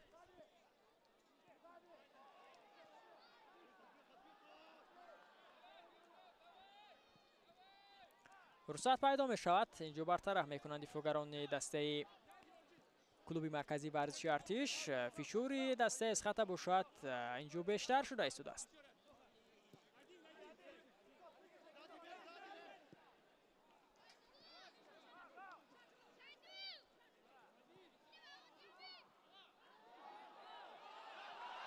امکانیت پیدا می شود و اینجا موفق نمی گردد بازیگری دسته اسخط.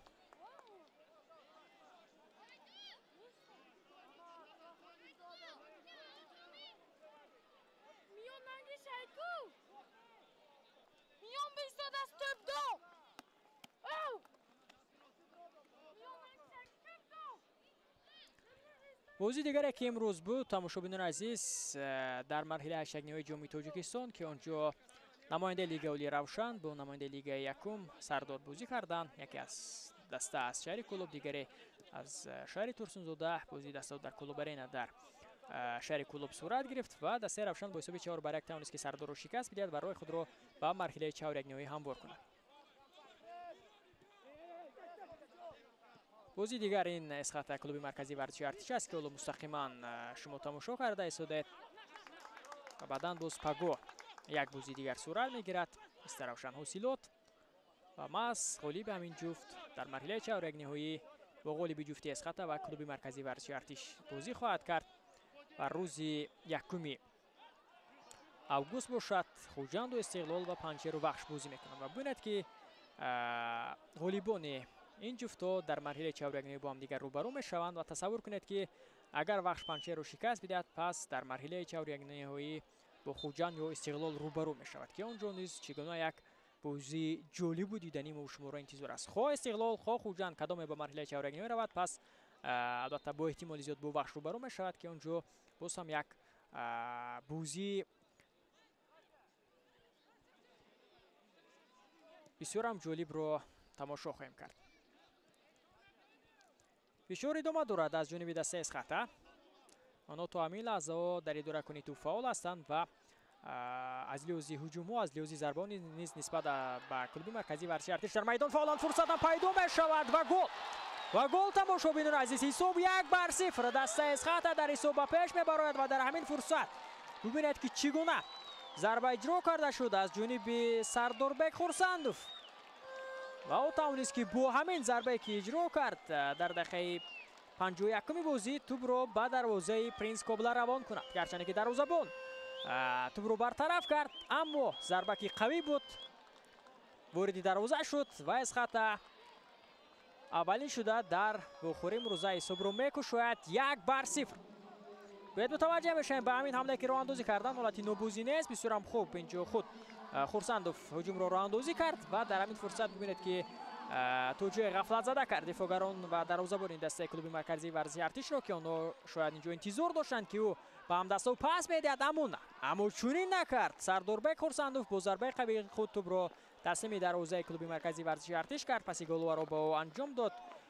инҷо Абдураҳмон Узоқов бисёр ҳам дигарфаҳми хуб доштанд. ин ду дифоъгари дастаи Эсхата коре ки дар дасти ҳамлагарон наомад, онҳо тавонистанд ки акнун инҷо анҷом бидиҳанд ва дар вохӯрии имрӯза ҳисобро кушоянд. 1-0 Эсхата ҳоло акнун дар ҳисоб ба пеш мебарояд.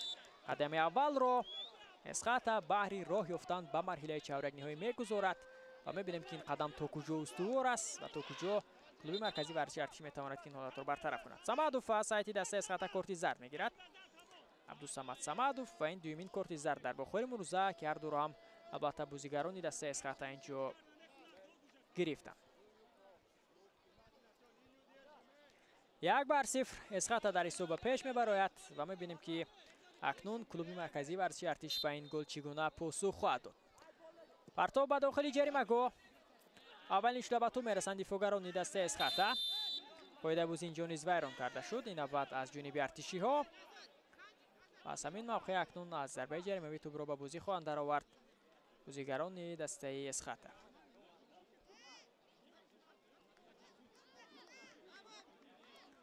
дар ҳамин фурсат бибинед ки муқобили Ҳоҷи Абдуманон қоидаи бозиро вайрон кардааст Овона Жангатен.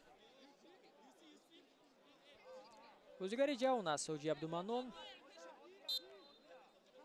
дар ҳайати мунтахаби ҷавонони Тоҷикистон низ баромад мекунад ва бозигаре аст ки то ҷое суръати баланд дорад, аммо дар бозии имрӯза мо надида истодем ки ӯ дар майдон аз худ дарак дода истода бошад. кӯшишҳои навбатии бозигарони дастаи Эсхата тавассути канори рост ҳуҷуми дастаҳо роҳандозӣ карда шуд ва ин навбат мебинем ки бидуни натиҷа тӯбро дошта мегирад Принс Кобла.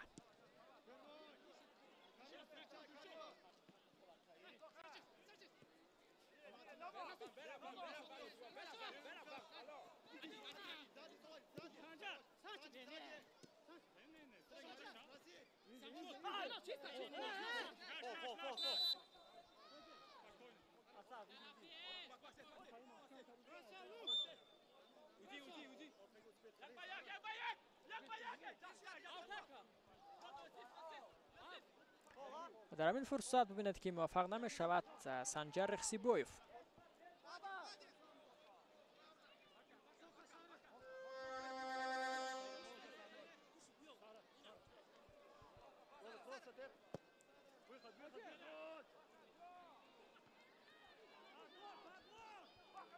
кӯшишҳои бозигарони дастаи клуби марказии варзиши артиш инҷо дар маркази майдон пас иштибоҳ анҷом дода мешавад аз ҷониби Сафаров.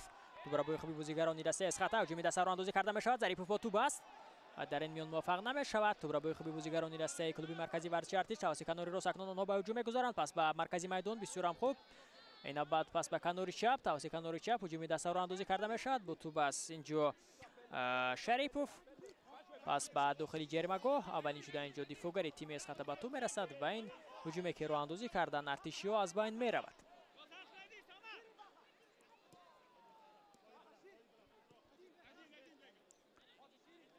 بسیار هم خوب توانسته سودان بازیگران دسته اسخط که رشته بازی رو به دست بگیرند و ببینید که اونها چگونه با پاس‌های کوتاه خوب در میدان بازی دارند و چگونه در لحظه ضروری به هجوم گذشته سودان و گلی که به ثمر رسانیدن نیست. ببینید که چگونه دو بازیگر دو دفاعگر همدیگر فهمی بسیار هم خوب داشتند و توانستند که توپ رو به دروازه کلوب مرکزی ورزشی ارتش بزنند.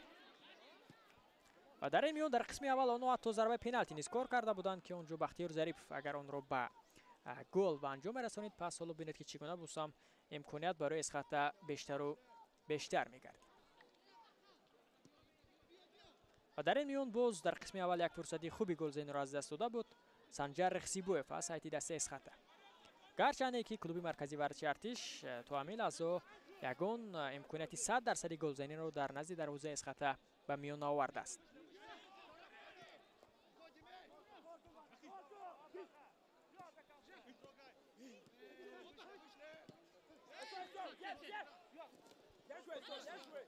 سامادوف قاعده بازی مقابلی رو بیان کرده می شود و اینجا نزدیک بود که نوفهمی نیز میانی بازیگران سر زند. و در این میون ببینید که اننگوی فرانسوا وقتی که توپ را از دست داد توجه عصبهای خود را از سامادوف گرفت.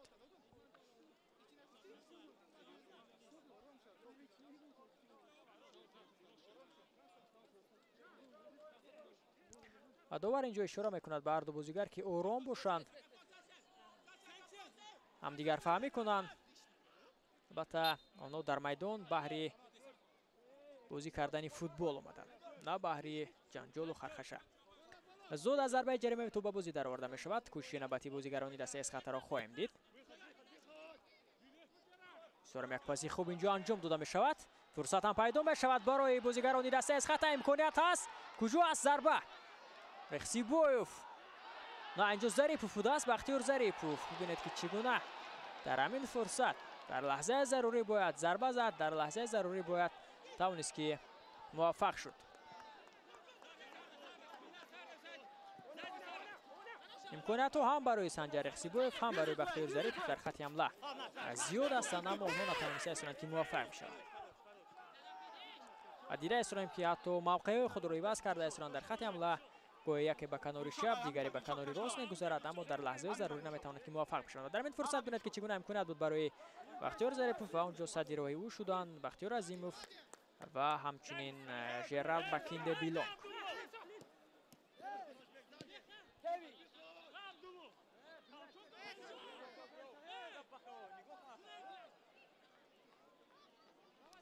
توجه نگران است از نتیجه بازی شمس‌الدین قاسیموف.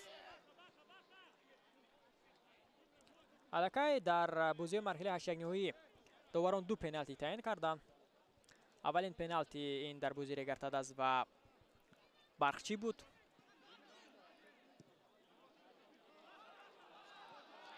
که در همان بازی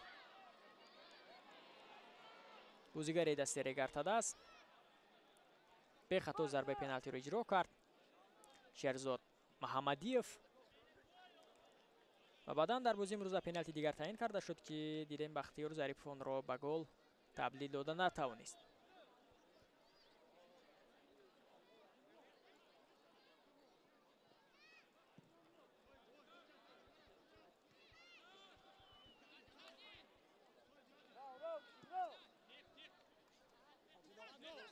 عزت‌الله ترسونوف سرم خوب کوشش بازیگران دسته اسخط کنات پیدا می شود برای بازیگران دسته اسخط اما می‌بینیم که فشار نیز از جانب دسته رقیب زیاد است و ما از همین فشارها میتواند باعث گردد که اونها توپ را از دست بدهند. پاسی سفروف به سمت بورانوف بود اما اینجا اشاره میکند عبدالله دولتوف که قاعده بازی مقابل وایسیدین سفروف ویران شده است.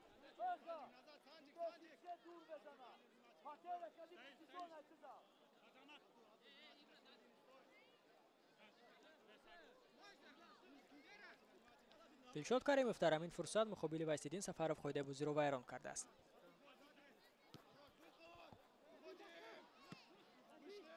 توپ در اختیار بازیگران دسته از خط است. توسط کنار راست هجومی آنها اکنون راه اندازی می‌گردد. امکانیت است در کنار چپ بازیگر خالی است. پس نیز داده می‌شود و در همین فرصت اکنون جرارد مکندبیلون می‌تواند که این حالت را از بین ببرد. ببینید که چگونه اگر اندک دیگر پس شاید تیزتر داده می‌شد یا اندک دیگر با سرعت بلند توپ رو به هم دسته خود می‌پرتافت بازیگر دسته از خط، اینجا فرصت خوبی گلزنی به میان می‌آمد. اما چنین نشد. دفاعگران دسته کلوب مرکزی ورزشی ارتش توانستند که این حالت را از بین ببرند. دو توسط کنار چپ هجومی ارتشی ها. پس به قفا اووانا ژان گاتن بسیار هم خوب توسط کنار چپ هجومی دسته ادامه می‌یابد. بسیار هم اینجا خوب بازی می‌کند در همین فرصت انانی جولیوس کواسی و بعدا دیدیم که توپ را نیز از دست دادن بازیگران دسته کلوب مرکزی ورزشی ارتش. تغییرات در حیاط هر دو دسته اینجا انجام داده می شود. هم در حیاط دسته کلوب مرکزی ورزشی ارتش که تغییرات سیم خواهد بود و در حیاط اسخط باشد اولین تغییرات. حالا می‌بینیم که کیها به میدان میآیند. کوشش نوبتی بازیگران دسته اسخط توسط کنار چپ هجوم را اندازی کرده می شود. با توپ است دلشاد کریموف اسیو به قفا بسیار هم خوب بازی می‌کند بختیار ظریفوف. اینجا خواست که از بازیگری رقیب گذرد و قاعده بازی را نیز ویران کرد. پس از آنی که توپ را از دست داد از پیراهن کامران ابراهیموف نیز اینجا داشت و قاعده بازی را نیز در همین فرصت ویران کرد. دو تغییرات در حیاط اسخط، یک تغییرات در حیاط کلوب مرکزی ورزشی ارتش.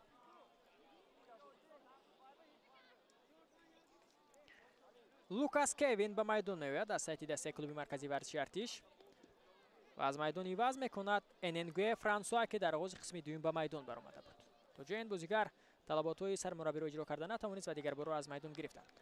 از حیاط دسته از خط باشد ترک میدان میکند اینجا بختیار ظریفوف و جای ورود میدان میشود عبدالباری حسیجانوف و بازیگر دیگری که ترک میدان کرد اینجا حاجی عبدالمنان است که به جای او وارد میدان شد جهانگیر اکبرزاده. پس از آنی که ظریف فرصت‌های زیاد را از دست داد سرمربی نیز او را عوض کرد و می‌بینیم که اکنون در موقع او حسیجانوف چگونه بازی خواهد کرد. اننگوی فرانسوا نیز که در آغاز نیمه دوم به میدان برآمده بود در موقع محمد اقبال دولتوف تا جای باوری مربی رو تا همین دقیقه که البته او در میدان بود به جا آوردن نتوانست. یعنی اون مشغولیتی که یا خود اون وظیفه‌ای که مربی در نزد این بازیگر در میدان گذاشته بود پس از به میدان برآمدن باید اجرا میکرد. آنها را اجرا کرده نتوانست او را دیگر بار عوض کردند و به جای او لوکاس کوین به میدان برآمد که این بازیگر نیز در بازی گذشته بسیار هم فعال بود. اما ژان گاتن در موقعش بسیار هم خوب بازی کرده است که او اسرائیل خولف رو در آغاز قسم دوم عوض کرده بود.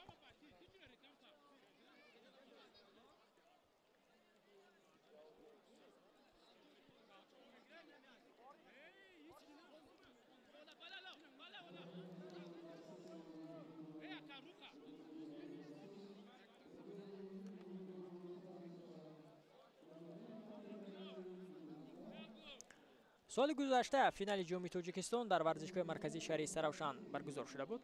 یعنی ریگارتاداز و خوجان با حساب 2-1 ریگارتاداز پیروزی به دست آورده بود و اونجا 13250 نفر مخالص حضور داشتند. سال 2023 باشد فینال در ورزشگاه مرکزی شهر کولا برگزار شده بود و اونجا استقلال و روشن با هم دیگر بازی کردند که در سلسله ضربه‌های پنالتی استقلال توانسته بود که روشن را شکست بدهد.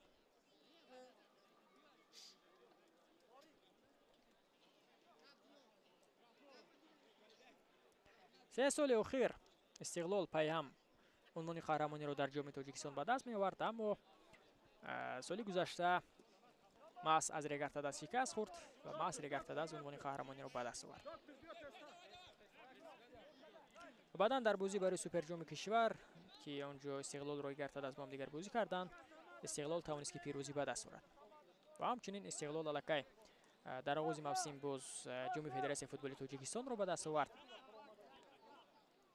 تنها در مسابقه جام جهانی دیدیم که بازیگران کلوب مرکزی ورزشی ارتش غالب گردیدند که اونجا به نظرم بازیگران استقلال اشتراک نداشتند.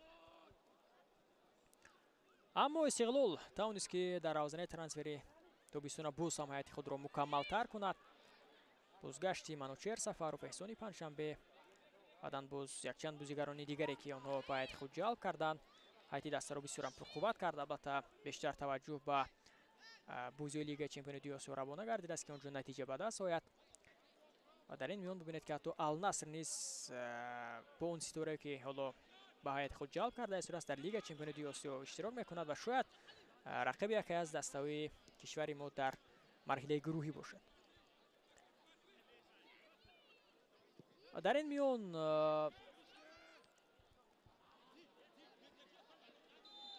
باز استقلال میخواهد که در لیگ اولی به صدر جدول مسابقه برگردد و همچنین آنها نیت دارند که جام تاجیکستان را نیز به دست آورند. به همین خاطر حالا دسته بسیار یک هیئت پرقوت را در اختیار دارد. بعدا وقش نیز هیئت خود را پرقوت کرد. آنها نیز میتوانند در جام تاجیکستان اکنون از خود هنر و مهارت والا نشان بدهند و حتی چند روز پیش دسته توانست که در یک بازی دوستانه لوکوموتیو تاشکند را شکست بدهد در خود ازبکستان. آنها حتی آمادگی ها را در کشور ازبکستان دیدند، گرچه استقلال در بلاروس آماده شد و بازی جام تاجیکستان و نیمه دوم موسم بازی مرحله گروهی لیگ چمپیونات آسیا. و در این میان بازی‌های جالب هم در جام تاجیکستان هم در لیگ اولی و هم فکر میکنم در بازی‌های لیگ چمپیونات آسیا ما شما را انتظار هستند که اونجا دسته‌های ما برآمد خواهند کرد. رگرتاد از نیز در این میان با جلب یک چند بازیگران توجه اندک هیئت خود را پرقوت کرد تا تواند که در بازی انتخابی صدر راهی حل گذرد و به مرحله گروهی لیگ چمپیونات آسیا رود. در صورت باخت دسته ما میتواند به مرحله گروهی جام دعوتی کنفدراسیون فوتبال آسیا رود. عزت الله ترسونوف از دروازه توپ را به بازی می‌درآورد.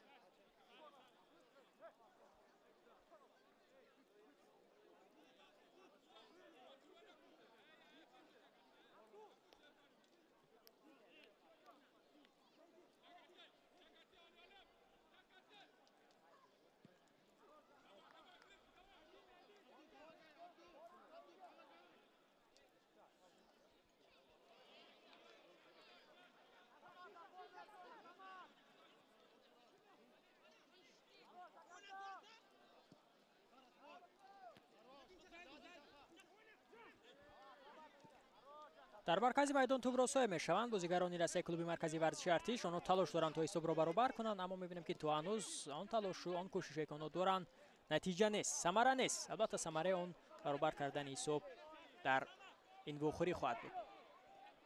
سمادوف بسیار هم خوب. جهانگیر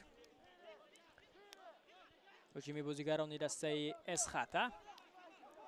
عبدالصمد سمادوف پسی به کنار مقابل. ابراهیم شامخانوف بسیار هم خوب. و اکنون در همین فرصت ژرارد اکینه بیلون کبرا با کلوب مرکزی ورزشی ارتش برمیگرداند و در این فرصت میبینیم که قاعده بازی را ویران میکند. عبدالصمد سمادوف کارت زرد دارد این بازیگر، باید احتیاط شده در ادامه بازی کند. باز هم چند لحظه پیش که این دو بازیگر با هم دیگر در افتاده بودند، در این قاعده ویرانگونی نیز توجه نزدیک بود که با هم دیگر در رفتند و دوباره زود با نزدیک آنها حاضر شد. به هر صورت عبدالصمد سمادوف کارت زرد دارد، باید احتیاط کارانه بازی کند که یک اشتباه در ادامه میتواند که به نتیجه بازی و همدستایش شاید تاثیرگذار باشد. البته اشتباه میتواند که کارت زرد دیگر و کارت سرخ باشد و این میتواند که به بازی دسته او تاثیر منفی نیز رساند.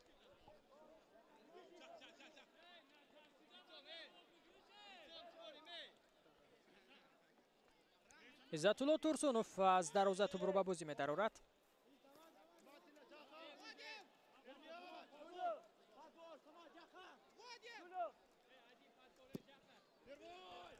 ضربه به مرکزی میدان، اولین شده به تو میرسند بازیگران دسته کلوب مرکزی ورزشی ارتش.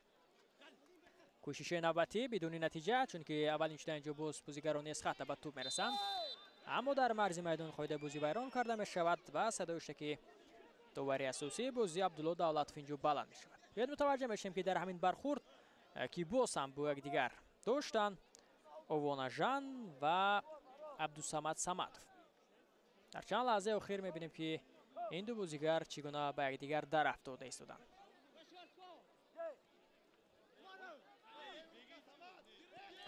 دسته که از همه بیشتر جام تاجیکستان رو به دست آورده است این استقلال است. تماشاچیان عزیز که قهرمان 10 کرته جام تاجیکستان میباشد. بدن ریگرتاده است، 7 عنوان قهرمانی دارد. خوجان 5 عنوان قهرمانی دارد.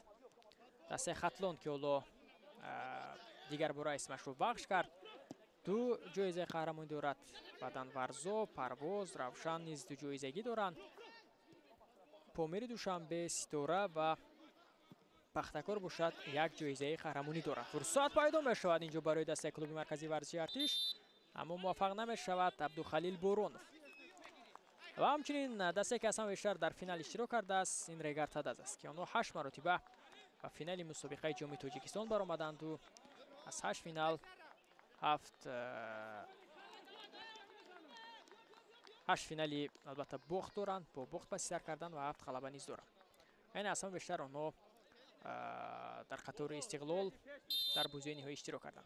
صمدوف از میدان گرفته می شود و به جای وارد میدان می شود حیدرشاه خدایدادوف. زود سرمربی اکنون پس از آنه که ما دیدیم عبدالصمد صمدوف که کارت زرد دارد و باز اینجا در چند حالت با اووانا جان در افتاد، سرمربی رو عوض میکند شهرت و معروف و به جای او حیدرشاه خدایدادوف رو وارد میدان میکند که این تغییرات سوم در دسته اسخط است. در هر دو دسته اکنون 3 تغییراتی اولو انجام داده شده است و دسته امکان دارند که باز 2 تغییراتی دیگر رو در حیات خود داشته باشند. کوشش بازیگران اسخط اینجا پس اشتباه بود. قاعده ویران کنی نیست بورونوف و اکنون اینجا داور صدای شکش بلند می شود. شاید اشاره شود که قاعده ویران کنی بود.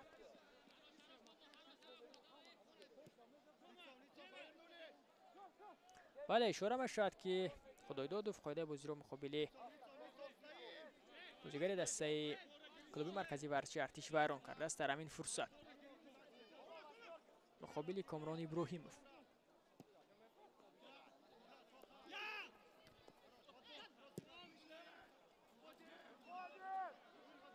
به هر صورت اسخط بیشتر اکنون در خط دفاع بازی میکند و کوشش میکند که از عکس الهجوم کار بگیرد و همین نتیجه را در بازی امروز نگاه دارد، چون که همین نتیجه میتواند که آنها را به دور چهارگ نهایی برد. کوشش نوبتی بازیگران دسته اسخط پرتاب به داخل جریمه‌گاه، نه اینجا بیرون از جریمه‌گاه توپ رسوایی میشود کریموف. کوشش نوبتی جهانگیر،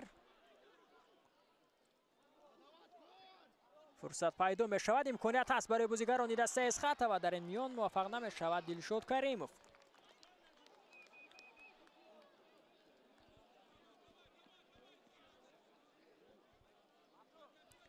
بهزاد سعیدوف نیز در چنین حمله‌ای که اسخط دارد بسیار هم فعالانه اشتراک کرده است.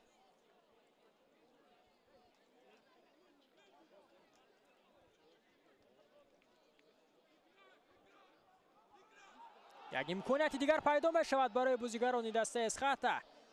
صاحب جان حکیموف بود اگر خطا نکنم که امکان داشت دو حساب را دو بالا کند اما موفق نشد، توپ به سر او نرسید. اکنون زود به عکس الهجوم گذاشتند بازیگران دسته کلوب مرکزی ورزشی ارتش و ضربه اجرا کرده شد اما پالوتر از دروازه میتوانست که در همین فرصت تو با هم دسته و نیز پاس بدهد.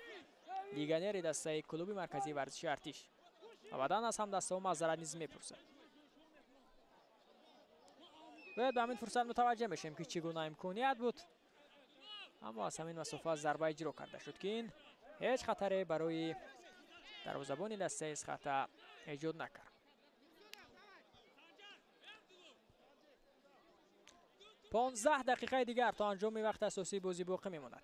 15 دقیقه که اگر نتیجه تغییر نیابد پس اسخاته به دور چهارک نهایی جام تاجیکستان راه مییابد.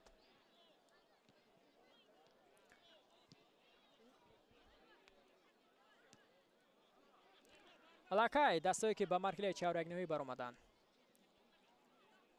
سرای کمر دسته از لیگ یکم، هولبوک دسته از لیگ اولی، ریگرتاداس دسته از لیگ اولی، روشن دسته از لیگ اولی، دستایی که با مرحله چهارک نهایی راه یافتند. یعنی الکی اسم 4 دسته معلوم است، امروز اسم دسته پنجم معلوم می شود پس از چند لحظه که آنجا اسخاته یا کلوب مرکزی ورزشی ارتش خواهد بود که هر دو این دسته نیز از لیگ اولی هستند.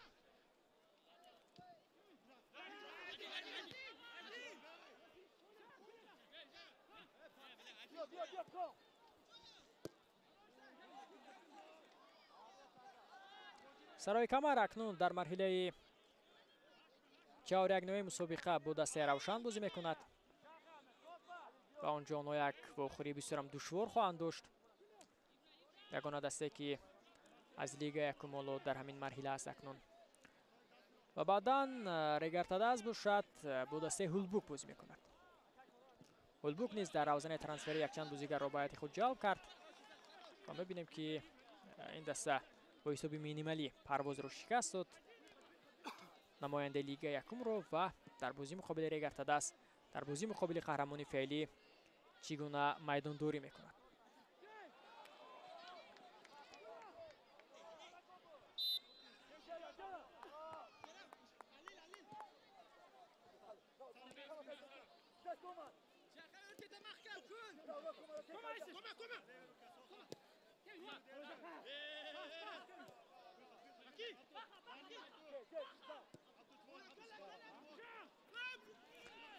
در فینال جام تاجیکستان از همه نتیجه بزرگی که به قید گرفته شده است، حالا باید به همین فرصت متوجه میشویم. امکانیت برای بازیگران کلوب مرکزی ورزشی ارتش و اکنون اینجا این امکانیت از بین می رود چون که بازیگران از خط توبروسوی می شوند. این در فینال سال 2004 بود که اویاتور و استرافشان در ورزشگاه مرکزی شهر دوشنبه با هم دیگر بازی کردند و آنجا بازی با حساب 5-0 به فایده اویاتور انجام یافت. بعدا سال 1996 و 97 در همان موسم وخش خوجان که در فینال با هم دیگر بازی کرده بودند آنجا نیز نتیجه بزرگ به قید گرفته شده بود که با حساب 4-0 وخش خوجان را شکست داده بود.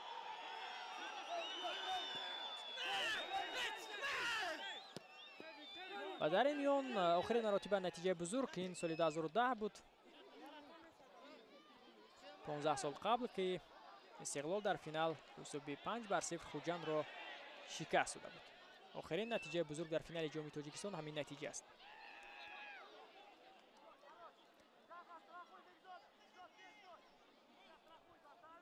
ببینید که در عکس‌العمل هجوم‌ها چگونه فعالند بازیگران دسته اسخاته و چگونه فرصت‌های خوبی گلزنی را اینجا فراهم آورده ایستادند. اگر امروز اسخاته همه اون امکانیت‌هایی که داشت ثمراناک استفاده می‌کرد پس آنها امروز می‌توانستند یک غلبه باوری بخش مقابل کلوب مرکزی ورزشی ارتش به دست آورند. بسیار هم دسته خوب آماده شده است به همین بازی. ما می‌بینیم که چگونه آنها امروز خوب میدان دوری نیز کرده ایستادند. باید این را اعتراف کنیم. البته گرچه که کلوب مرکزی ورزشی ارتش نیز بسیار یک هیئت خوب دارد، بسیار هم بازی خوب نشان میدهد، اما در همین بازی توجیه دیده استوریم اونها نتوانسته استند که مقابل اسخاته بازی خوبی خود را نشان میدهند. کریموف اینجا قاعده بازی را ویران میکند. از پای افتانید بکیند بیلونگ را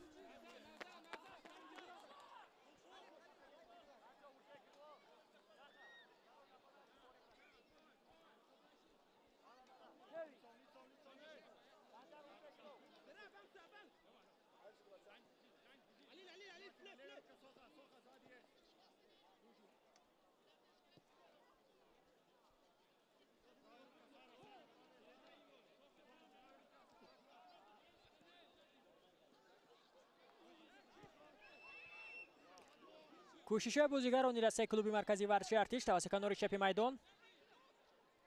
لابد متوجه میشیم با توپ از اینجا جولیوس کواسی. بسیار هم خوب. دهه آخری بازی نیز شروع می شود. 10 دقیقه دیگری که می تواند برای هر دو دسته 10 دقیقه تقدیر ساز باشد. اگر از خطای حساب را نگاه دارد به دور چهارک نوی می رود و اگر کلوب مرکزی ورزشی ارتش نتواند حساب را برابر کند پس آنها از ادامه مسابقه بی نصیب می‌شوند. حالا بیاید متوجه میشیم به این فرصتی که دارند بازیگران دسته کلوب مرکزی ورزشی ارتش. کواسی پرتابی به داخل جریمه فرصت پیدا می‌شود. ضربه بسیار و در همین حالت ببینید که چگونه موفق نمی‌شود بازیگر دسته کلوب مرکزی ورزشی ارتش. گرچه که حالت نوبازی هم هست اما ببینید که توپ را درست‌تر راست جانبی دروازه روان کرده نتوانست. در همین فرصت عبدالخلیل بورونوف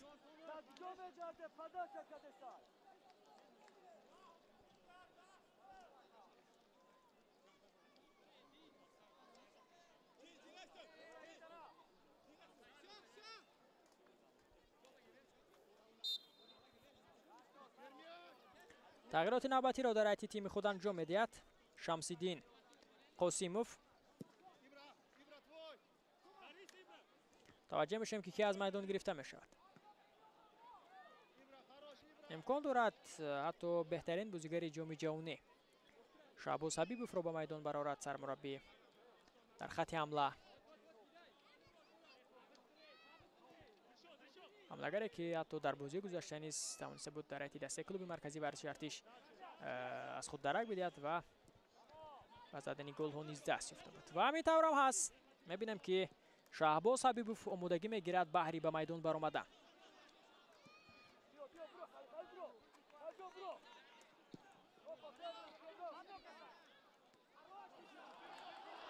هجومی دسته از خط توسط کنار چپ جهانگیر با توپ است. بسیار هم خوب. ابراهیم در یک دیگر اکنون با پاس کوتاه بازی میکنند بازیگران از خط.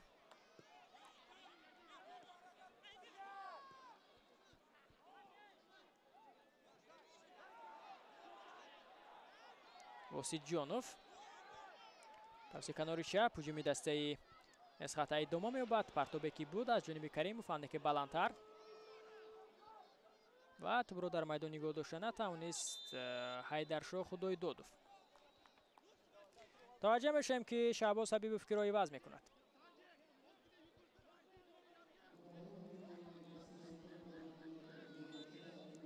جونیبک شریف روی وضع کرد که در قسمی دوم نچندان فعال بود.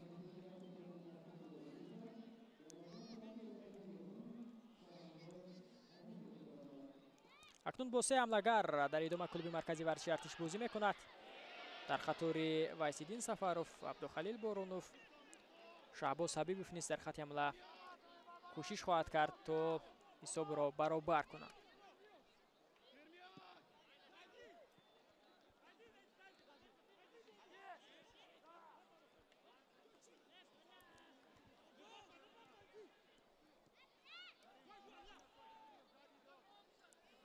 توسط کنار چپ کوشش بازیگران دسته کلوب مرکزی ورزشی ارتش.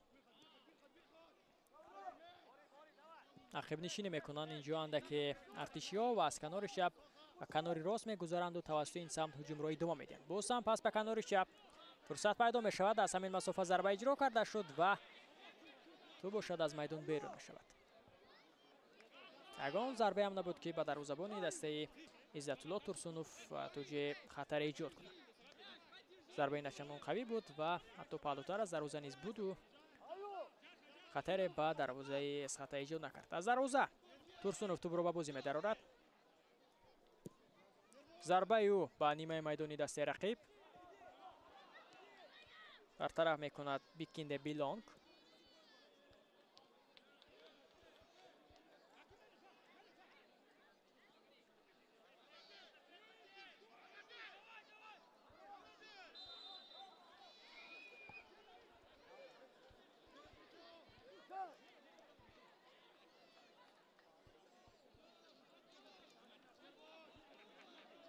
در همین فرصت میبینیم که قاعده بازی را چگونه ویران میکند. عبدالباری واسید جانوف مقابل جرارد بکینده بیلانک. فرصت پیدا میشود برای ارتشی ها. بورونوف پسیو به قفا кваси дигар бора абдухалил боронов партоби ба дохили ҷаримагоҳ.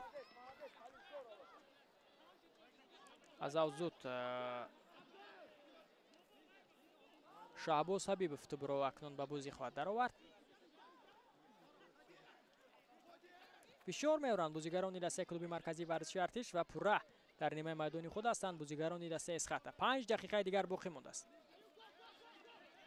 дар ин 5 дақиқа боқӣ монда мебинем ки чӣ гуна суръати бозӣ боз ҳам шиддат гирифта истодааст.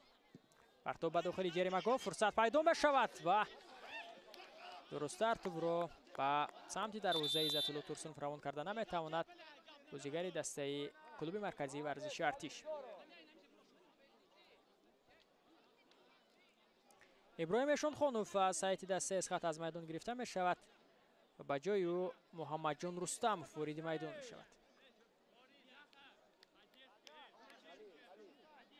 тағйироти чаҳорум дар ҳайати дастаи эсхата.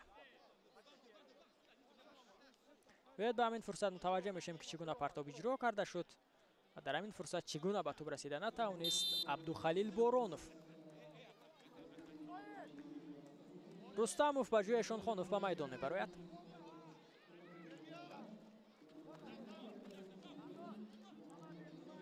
Иззатулло Турсунов. ҳар сонияу ҳар дақиқае ки паси сар мешавад ин ба фоидаи эсхата хоҳад буд ва бар зарари клуби марказии варзиши артиш, чун ки эсхата бо ҳисоби 1-0 ҳоло дар ҳисоб пешгом аст. гарчанде ки дар ҳисоб пешгоманд бонкдорони эсхата, бибинед ки боз ҳам таваҷҷӯҳро ба хати ҳамла мекунанд ва боз ҳам имкониятҳоро фароҳам меоранд. фурсат пайдо мешавад. Каримов пас медиҳад. Зарба ва инҷо чӣ гуна фурсат буд барои задани голи дуюм, аммо муваффақ намешавад Ҳайдаршоҳ Худоидодов.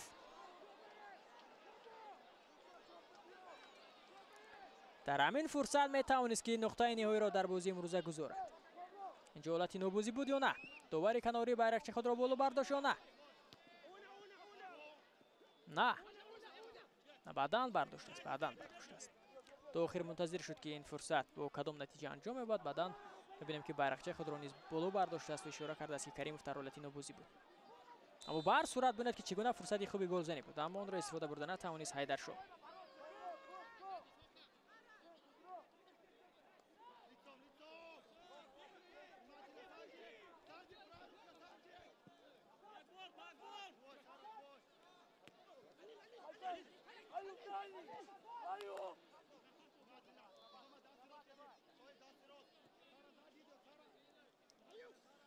дар 4 бозии охире ки эсхата ва клуби марказии варзиши артиш доштанд, ғалаба ба даст оварда наметавонист дастаи эсхата. ва макнун имрӯз наздик аст ки тавонад нокомии охирро муқобили клуби марказии варзиши артиш албатта барои эсхата анҷом меёбад ва онҳо тавонанд ки ғалабаро ба даст оранд. албатта ҳоло вақт ҳаст, инро мо пешгӯӣ карда наметавонем, аммо ҳоло як қадам пеш аст эсхата аз клуби марказии варзиши артиш.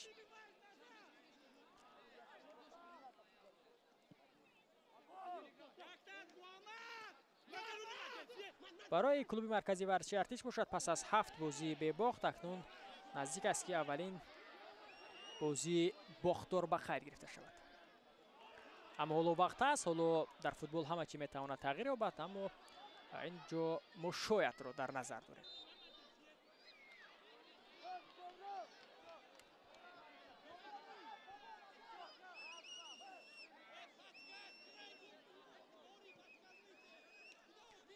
эсхата бошад пас аз 4 бозие ки начандон натиҷаи назаррас буд, албатта бохт аз Барқшӣ, бохт аз клуби марказии варзиши артиш, мусови бо Бахшу Равшан. акнун ин навбат даста наздик аст ки ғалабаро низ ба даст орад.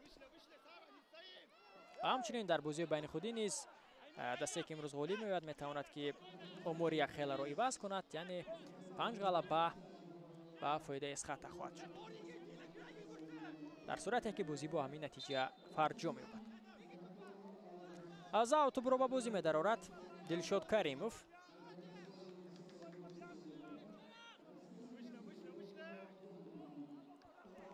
фурсат пайдо мешавад барои Ҳайдаршоҳ. тӯбро аз ӯ мегирад инҷо ба Кинде Билонге. ҳуҷуми дастаи клуби марказии варзиши артиш тавассути канори чап Шаҳбоз Ҳабибов бо тӯб аст. Бозигаре ки навакак ба майдон баромада буд. Мутаваҷҷеҳ мешавем ки чанд дақиқа ба вақти асосӣ бозӣ низ зам карда мешавад. Имконият аст барои дастаи клуби марказии варзиши артиш ва тӯбро дошта мегирад Иззатулло Турсунов. 4 дақиқа ба вақти асосӣ бозӣ зам карда мешавад. 4 дақиқаи дигар фурсат дорад клуби марказии варзиши артиш то ҳисобро баробар кунад. Вагарна онҳо аз идомаи мусобиқа бенасиб мемонанд. андаке худро бад эҳсос мекунад Овона Жан Гатенда.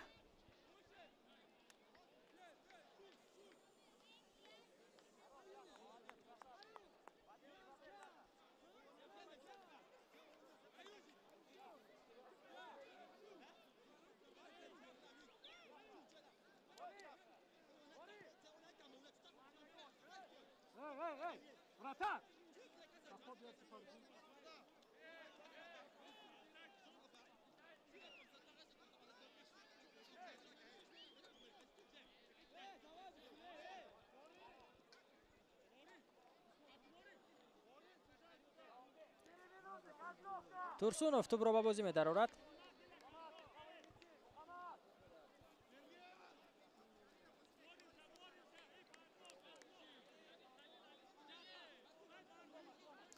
финали мусобиқа тамошобинони азиз моҳи сентябр, аниқтараш 23 ё 24 сентябр дар варзишгоҳи 20 солагии Истиқлолияти Тоҷикистон баргузор мегардад.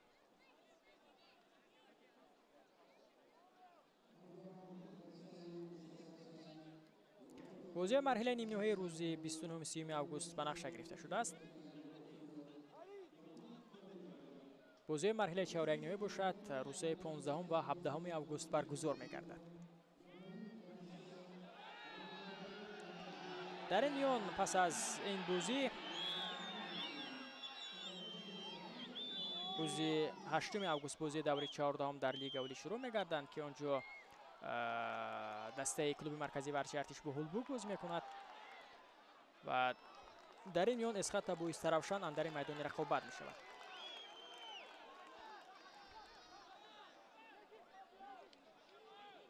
баъдан боз рӯзи 15 ва 17 август бозии марҳилаи чаҳорякниҳои ҷоми Тоҷикистон баргузор мекардад. дастае ки албатта дар ҷоми Тоҷикистон пирӯзӣ ба даст меоранд, пас бо ҷамъи бозиҳои Лига Олӣ дар моҳи август тоҷии андаке барои онҳо бозиҳо низ зиёд хоҳад буд ва мушкилӣ низ аст. ва махсусан он дастае ки ҳатто дар рӯзи даври интихобӣ Лигаи Чемпиони Дуюсо иштирок мекунад. Мансурам Регартадад аст ки он ҷо онҳо боз бубинед ки агар 13 август дар бозии муқобили аҳл ба майдон бароянд, пас боз бо гузори 4 рӯз дар даври чаҳорякниҳоӣ бо дастаи Ҳулбук бозӣ мекунад. ва дар ин миён боз аллакай рӯзи 23 август бо Равшан онҳо дар даври 15 Лига Олӣ майдондорӣ мекунанд.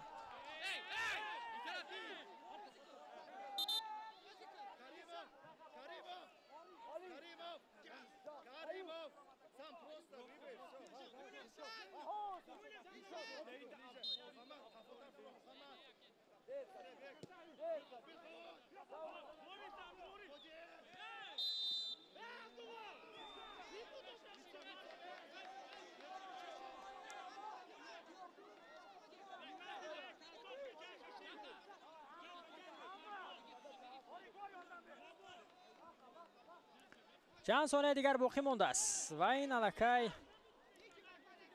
توجه آهسته آهسته ما میتوانیم که اسخطا رو در مرحله چهارگانه‌ای جام تاجیکستان ببینیم که آنها با غالب جفتی استراوشان و واسیلو در این مرحله بازی خواهند کرد.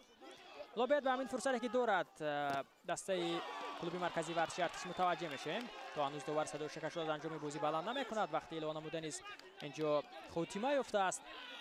سفاروف تلاش میکنند بازیگران دسته کلوب مرکزی ورزشی ارتش. آخرین فرصت ها برای آنها خواهد بود. تورا در نیمه میدانی دسته رقیب هستند. از همین موقع ضربه زده می شود و این ضربه هیچ به فایده دسته کلوب مرکزی ورزشی ارتش نبود. ضربه که اجرا کرد لوکاس کوین می توانست که به دستو پاس بدهد. چی لازم بود؟ این ضربه بلنده که وقت به انجام رسیده است. دسته آنها اینجا در حساب عقیب مانده است. عزتالله تورسونوف از دروازه توپ را به بازی می‌درآورد.